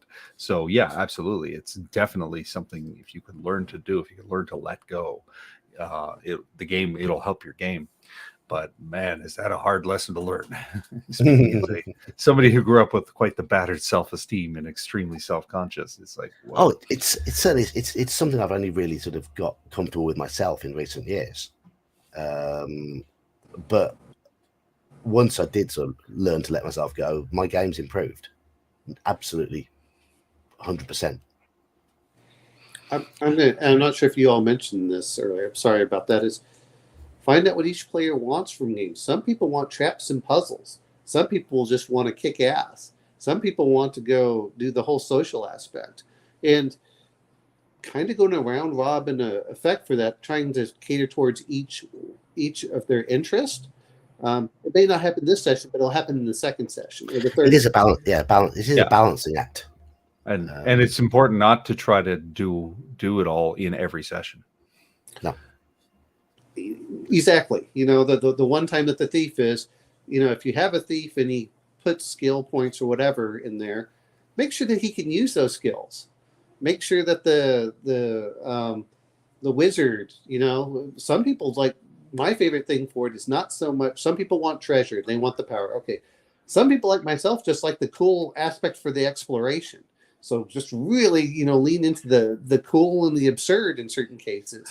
A well fleshed out game will have all of that eventually, though. I mean, I think the key thing is not to stress about making sure it's available in every session. Every time everybody sits down, it's okay. The thief's going to have his bit, the wizard's going to have his bit, and the fighter's going to have a little bit. It's like that'll just drive you crazy. Whereas if overall everything just comes, everything will come. It's like, yeah, some days, okay, but today you guys are in a dungeon, so thief, get those percentage dice ready because you're going to be checking for traps a lot. I think it's easier to keep all of those pillars in the game if you run quite a more location-based game, where it's up to the party themselves how they interact with the locations. By providing a location, you give them the opportunity to interact. Well, And they can approach it how they want to. Brian James has a question for all of us about resource management. Right. Okay. Let's have a little look here. Let's get this one up on screen.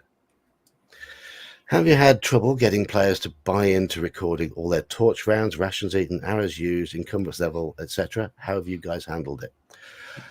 Simple answer is yes. And I don't. If the players turn out to be the sort who really don't want to lean into that, I don't sweat too much unless they take the piss. I prefer for them to manage it quite accurately, but what I used to do is I always used to keep always used to keep the character sheets between sessions, and after every 3 or 4 sessions, I'd have a quick skim through, and do things like tot up what they're carrying and things like that, and then maybe at the start of the next session, I'd say something like, "You are aware that your cleric has a strength of 8, and you're currently carrying all this stuff.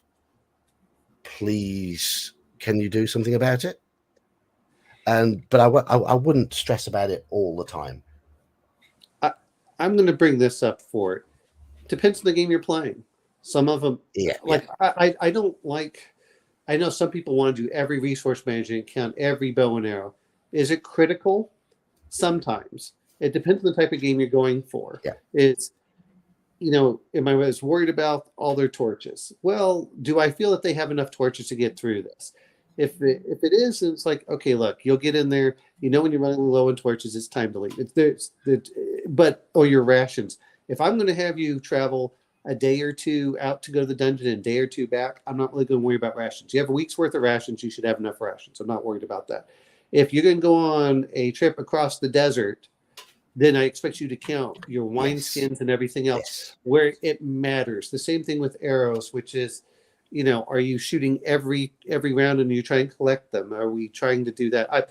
This is where I like Forbidden Lands or the Conan. They have things like loads or volleys or things like this. And so a perfect example is, I'm going to use Alien, is you have air.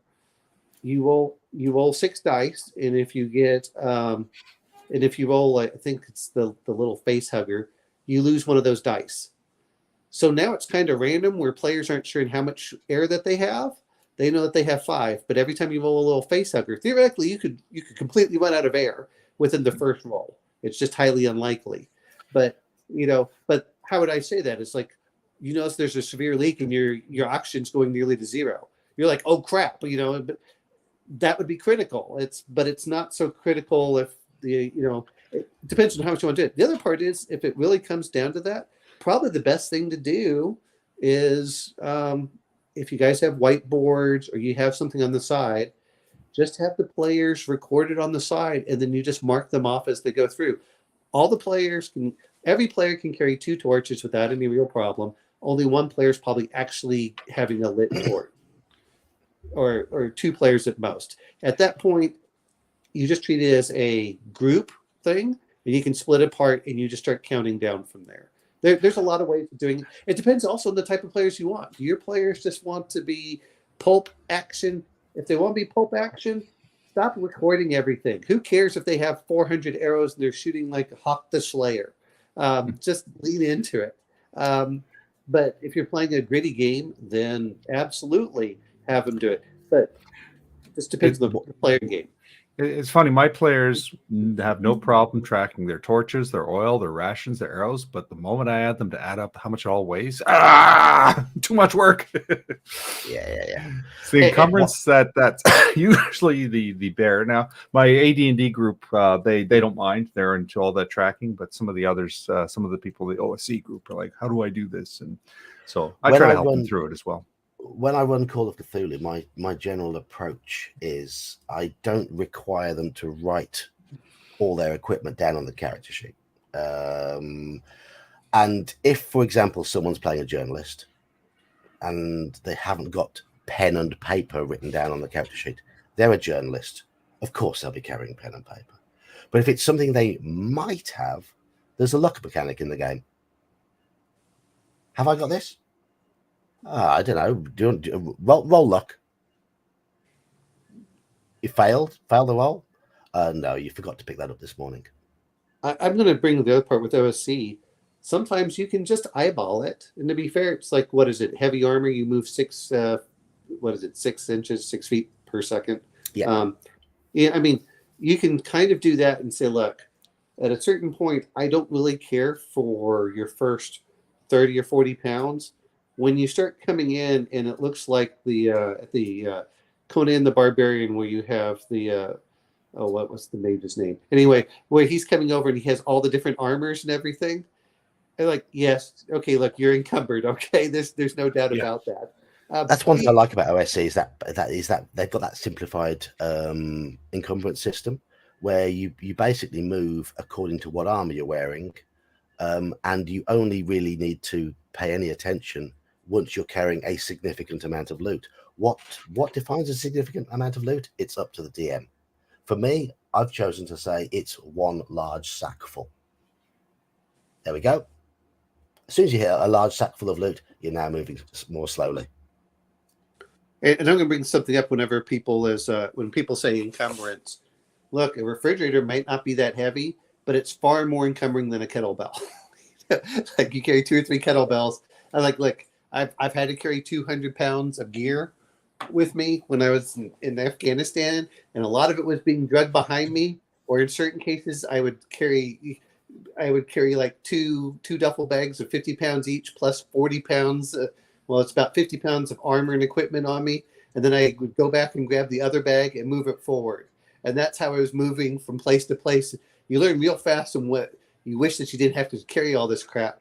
I mean, if players are going to do that, that's one thing, and they can. I'm not saying they can't, but you're probably going to go like, okay, you can carry 1 duffel bag and your armor, and you're going to be slowed. Okay, that's fine. Go for it. Yeah, I mean, you've got to be flexible towards your players sometimes. Yes, I would much rather run AD&D and have them log everything and have them keep track of everything. But if you've got a group of players who really aren't into that sort of game, then just eyeballing it every now and again is fine. It's absolutely fine. I'm going to bring the other thing is, so because you're going to gamify a certain point, it's if I get 1 more coin, that takes me over my limit, so I'll stay right below the coin. You're like, all right, look, that's both unrealistic and it feels too gamey for about the whole thing. That's yeah. Are we really trying to do this for the rules? So it's like what feels right, and usually you can look at the player and go, do you really think you'll be moved in? And most players, unless they have absolutely no shame, will go, yeah, you're right. Okay. Yeah. You're carrying a 50 cal plus this. I mean, that's on top of your heavy body armor plus this plus that. It's like, why are you carrying a mortar? How many M60s can you carry on top of that? Put that back. Bring it down until it seems reasonable, and that's easy both for the player and the DM. I agree with you of trying to count everything, but my God, you have to have your own spreadsheet. You have to trust the players to do it, and then you as a DM have to double check some of these things. And I'm not sure if it really speeds the game up. It's much easier to say, you find a small sack of coins. Well, not a sack of coins, but a small chest of coins. And people forget just how heavy coins are. A small chest of coins probably takes 4 people to actually move. It's not even counting the weight of the chest. Yeah. Something I put in the Discord, it was yesterday, wasn't it? How I said I prefer to throw in trinkets as treasure. And there's 2 reasons for that. One, I think it's a little more realistic that valuable items will be kept because coins will be spent. But equally, it's because they're often a little bit more portable. You haven't got to worry too much about them. Well, most people, if they're going to have something, will have jewelry. People forget, you might have just a few coins, whatever, a few coppers or a few silvers. if you have anything of any real value, it's probably going to be a ring or a necklace, or or we take a lot of stuff for granted that's really expensive. A spyglass, the ability to do that is, you're like, that's super expensive when you look at it. What's another one? A mirror. Mirrors are pretty, but that's what people would probably do, is they're bartering and trading for things, and it's easier for them to do that than just carry coins all the time, because Yes. it's like, okay, well, what's going to go on here? The other part is, at a certain point, you have to have horses and things to transport equipment, and that's where you start loading them up with all your treasure. All right, we go to the dungeon, we put our henchmen on the outside of it, and we go adventure, and then we pull some treasure out. They put on the horse, we go back to town.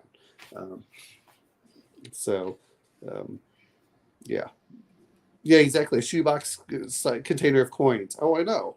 Yeah, it's heavy. It's heavy. I work in a shop. Metal. I work in a shop, dragging all sorts of things around. As you say, some things aren't heavy, but they're a pain in the arse to move. Yeah, and if no one believes that, blow up a bunch of beach balls and try carrying like 6 of them.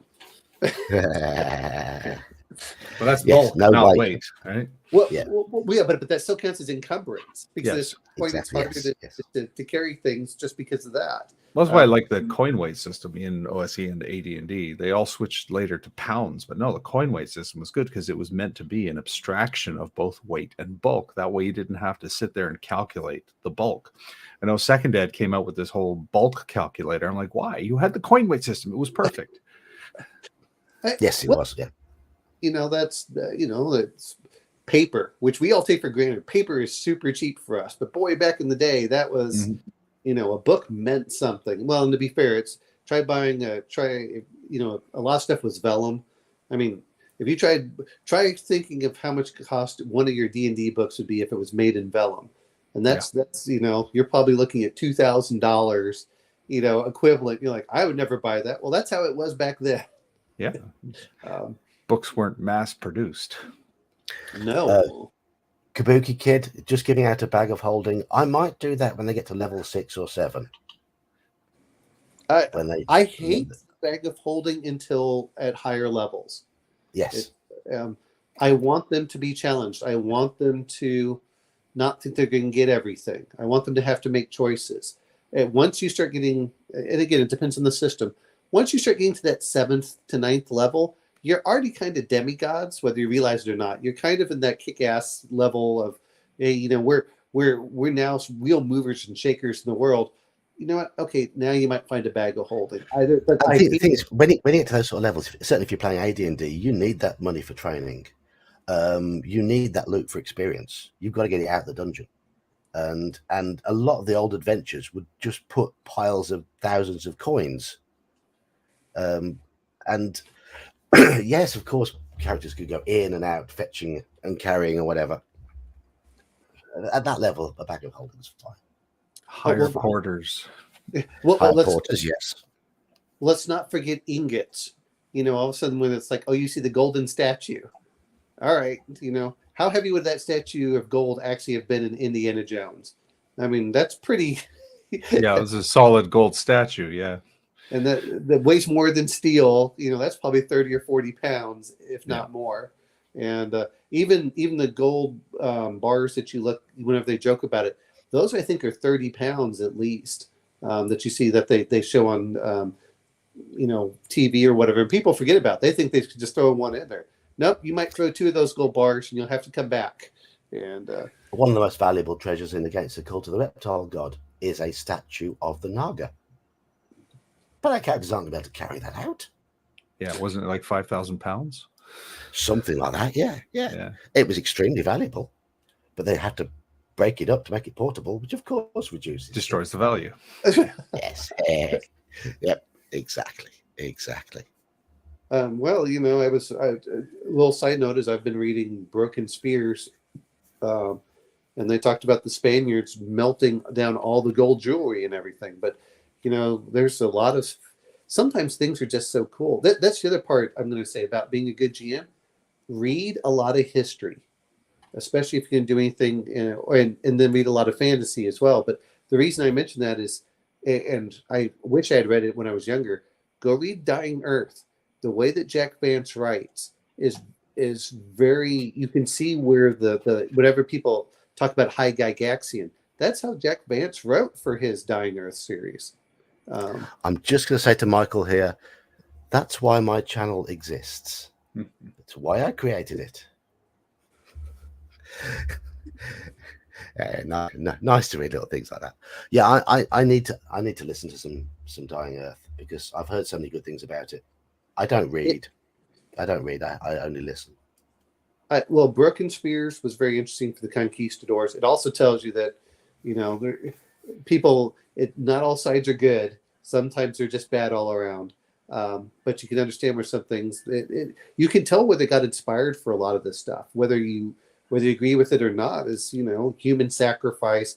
Talk about some things in there that can horrify players. Is the Mayans, when they met the Spaniards, brought young boys with them and then would sacrifice them to put blood on the food. And for new players, or not new players, but if you have a mature group, all of a sudden your viewpoint's going to change completely in meeting this whole new culture. And you have those aspects. That said, is I also read, and these were the Spaniards' own things, where they were trying to look for gold, and they would throw they threw the native Indians to the dogs. And people forget, they were torn to pieces by dogs. And the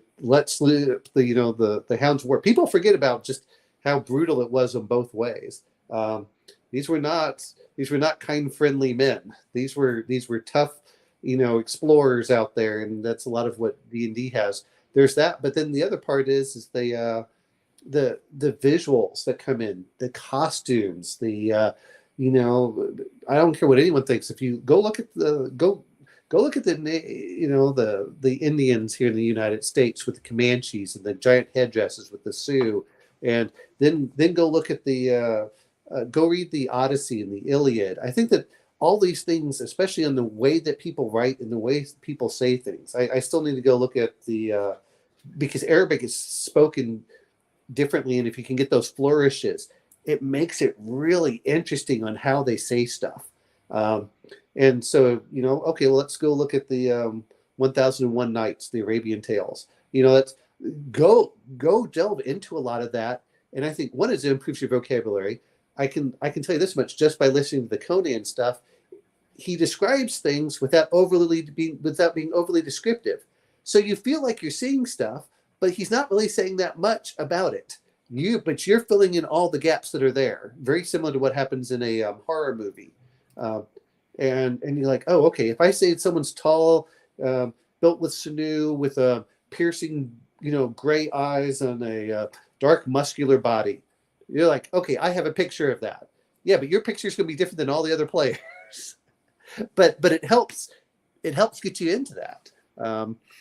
So I think that there's that aspect in there. But the thing is, when you're playing a game, though, we're all going to have different pictures in our heads, imagining the scene, and that's part of the beauty of it. Right. But I'm saying that in some cases, everyone wants. This is the one thing I have. This is why I actually like Sean using the Order of the Stick minis, because they're fleshed out enough without being overly fleshed out. It allows your imagination to run through it. Whereas if you look at a lot of people where they have the actual absolute mini, which I know that's what they're going for the VTT, in the 5e D&D, whenever they're going to do their next version, I think it's going to cause a lot of players to actually have less imagination than if you use something that's kind of silly, No. I mean, the characters in Sean's game, they've all got big round heads. Yeah. And extremely expressive. Well, I like it how you can color them in. You can change everything in there. They are, but as much as we talk like onion buns, which is I'm still waiting for your OSC recap for some of the things. But it'll be a while because I still have trouble doing the wizard voice without going into a coughing fit. So it's going to be okay. all demi-lich for the next few weeks. I was sad to see I was sad to see the loss of Bob. Yeah, Bob the Assassin. Yeah. He's now Yeah, Octavius the Ranger in the other group. Right. I was amazed at how many players died. Well, characters died. What did you lose? Like 3? Two PCs in that Yeah. session, but that was the first major death. Like if you watch the Night Below scenario, there was no deaths up to that point. Well, it was just I didn't. That's the one thing. I know we've touched a little bit on evil campaigns, but that's the problem. Is after a while they devolve into everyone backstabbing each other. You just go. You don't have to. You can be all evil, and you can still work as a group. You just have to backstab everyone else. What I liked most about it is when it was mentioned that the players had been scheming together. Oh yeah, about three sessions they had been. Matt and Sean had been plotting that. They were going to murder him outright and take the stuff, but then when he got locked in the crypt, they're like, "This is our chance. Let's do it." That's how to play evil. You opportunistic, not suicidal or psychotic. Opportunistic. Well, Yes. here's a fun little behind the scenes story about that session is Rick, who plays Namgare. We were talking about alignments and whatnot, and I had mentioned because people were talking about maybe shifting over to the other group, the sister group, and I said, well, that group's got paladins, so you have to be of good alignment. Like this is sort of a requirement going in, and they're not a group that likes PvP, so that's off the table with that group. and Rick, he says he was trying to quote Spaceballs. He's like, no, we won't be doing anything good because no, he said we won't be doing that because, and then he tries to imitate Spaceballs because dumb is good, and then he stops. It's like, wait, that's not right. And it was that very session where he was talking about, yeah, we like being evil, and then everybody starts betraying him, and he had to sit there quietly.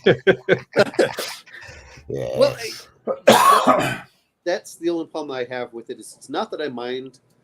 I guess from a DM standpoint, it's not that I mind that there's a traitor if I have set up a traitor in the beginning and said, "Hey, do you mind doing this?" And you're going to betray the party at some point. But the players all have to be willing to do that. That's one of the reasons I actually liked Alien. You assume that there might, because it has that paranoia, but there could be someone that's in there trying to kill you all. But it could be the same, and even the players aren't always sure what the goal is in this. And I think that helps in their campaign mode with every act, your motivation alters. Now it doesn't completely change, but it alters. So like Act 1, you get a card. Every player gets a card, and it tells them what their goal is for that act. Now they don't have to meet the goal, but that's how their players supposed to act. So you get bonus if you try playing towards that. And then the second one, they give you a new card. Like, oh, okay. And that card just develops the character even more. So you're like, all right, I've got this now. And then the third one, that's when it goes bonkers, and the players can get one like, my job is to save so-and-so. And another person's like, my job is to blow up the ship. Another person's like, I have to escape, but this one person doesn't. And, and some of it's like suicidal, things like that. And so the players aren't really sure what's going to go on until they get their objective card every new act. And by the third act, the idea is that it's just completely out of control and good luck. And, it's like a true horror movie at that point. So I think that helps in those kind of games. My philosophy to table play is sort of an outlier, but I'm there to see what happens. I'm like, yes, all for, okay, what's going to happen? And I mean, a lot of players and DMs come to the table that they've got it planned out. But I love the spontaneity, and that lends itself well to allowing for evil characters, because you're just here to see what happens when players play their characters honestly. And so there's no vested interest in the outcome. There's no expectation. You're just, okay, see what happens. And then funny things happen. Things go south, and you're like, oh my God, it went south. Or when things don't go south, or when you have those great moments where everything looks totally grim, the players are done, and then the dice turn and they overcome. And you didn't plan it. It wasn't manufactured. It was organic. And those are where the great memories come. That creates those talking points years down the line. I mean, like with the John, I think that my character should have died several times. Well, even when I did the critical failure, it prevented me from dying. It was, yes. With the Bubba, and it's like, what are you going to do with this? Oh, well, you went berserk. What are you going to do? Well, I'm going to do this. And then I tried really, that first one for Reign of Terror. I'm trying to set everything on fire. I'm trying to tell everyone, run. I'm going to kill the vampire myself. And then when Percy, who had a 20 in bayonet, got a critical, that turned everything around. We didn't expect to survive that. No. And then Gingerbeard's character, of course, was crying in the corner, which we want. And then I was like, okay, I'm still berserk. I'm not even sure if I was supposed to still be. I said, I don't care. I remember you actually having me roll this. It's like, your job's not to hurt him. I said, yeah, I already knew that. I don't care. You just roll into it. Anyway, I'm going to have to apologise to 327 Prudy Pie, who's just turned up. If you've just turned up, you've arrived at pumpkin hour, just gone midnight, because I'm on UK time, and this is the time we call the pumpkin hour, because I have work every Thursday, and midnight is time for this old nerd to put his big fat pumpkin head on a pillow and get some sleepy buys. So we have come to the point where I'm going to have to end the stream. It's been very entertaining tonight. If you haven't caught the first hour and a half or so, we had a PowerPoint presentation. A PowerPoint presentation on DMing tips from Saxius, and it made for some very good discussion points. And it's interesting. I think the point that it was very much geared towards making an average DM an excellent one. But Michael made that point, and that's right. But they're all points for people to bear in mind when it comes to DMing. You're not going to get everything straight off the bat. It all comes down to experience. It all comes down to practice. It all comes down to learning how to relax, how to be confident, how to improvise. These are all skills that you will learn the more you run games and the more you play games. And I think we all agree with that. Let yourself make mistakes. Exactly. You'll learn from them. So I'm going to also just remind everybody that we are simultaneously streaming this on Mage's channel, on Elfbait's channel, and on my channel. So share the love, share the likes, share the subscriptions. Help us with the algorithm, because we all need a little bit of help. But thank you to firstly, I'm going to say thank you to Saxius, who's not here now. He has gone to bed, for sharing that presentation with us.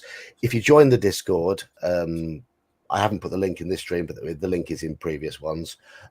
He has posted it in there for people to read through at their leisure. So many thanks to Saxius for sort of leading the discussion on this one, and to Mage's Musings and Elfbait for simultaneously streaming it to their channels, and to Omen Owl for joining in halfway through and coming in and joining and joining us. It's been an entertaining one, and we've had a lot of good feedback in chat. Thank you all in chat for taking part. Mage, would you like to quickly shield your channel before we go? I am Mage's Musings. I do recaps, theory crafting, and general silliness. That's my tagline now. And, yeah, I'm back into production. The Wizard is on hiatus until I can do the voice again. So there's some Demi-Lich focused content coming. I'm currently working on the next chapter of Night Below, which should be up by Monday, I hope. And I'm starting to sprinkle in little shorts as well as I come up with little tidbits that I can do inside of a minute. Or, excuse me. Little teasers for your minions. Yes. Now I'm going to ask everyone. Hope that Mage is so that Sean there's going to do a lot better for its health. Did you have COVID, or is it just something else? I think it's a seasonal flu. I never got tested, but I didn't have any of the COVID specific symptoms. Just sort of flu. Well, okay. Well, and it's that time of year when all the flowers are coming out, so I think we're all being hit by the It's a beautiful time of the year, but this is the worst time if you have allergies. That'd be why my daughter was coughing earlier, because she got back from training, and obviously she has allergies, that sort of thing. So I'm going to bring one other thing. Just do it. If you're afraid, just do it. You're going to be bad.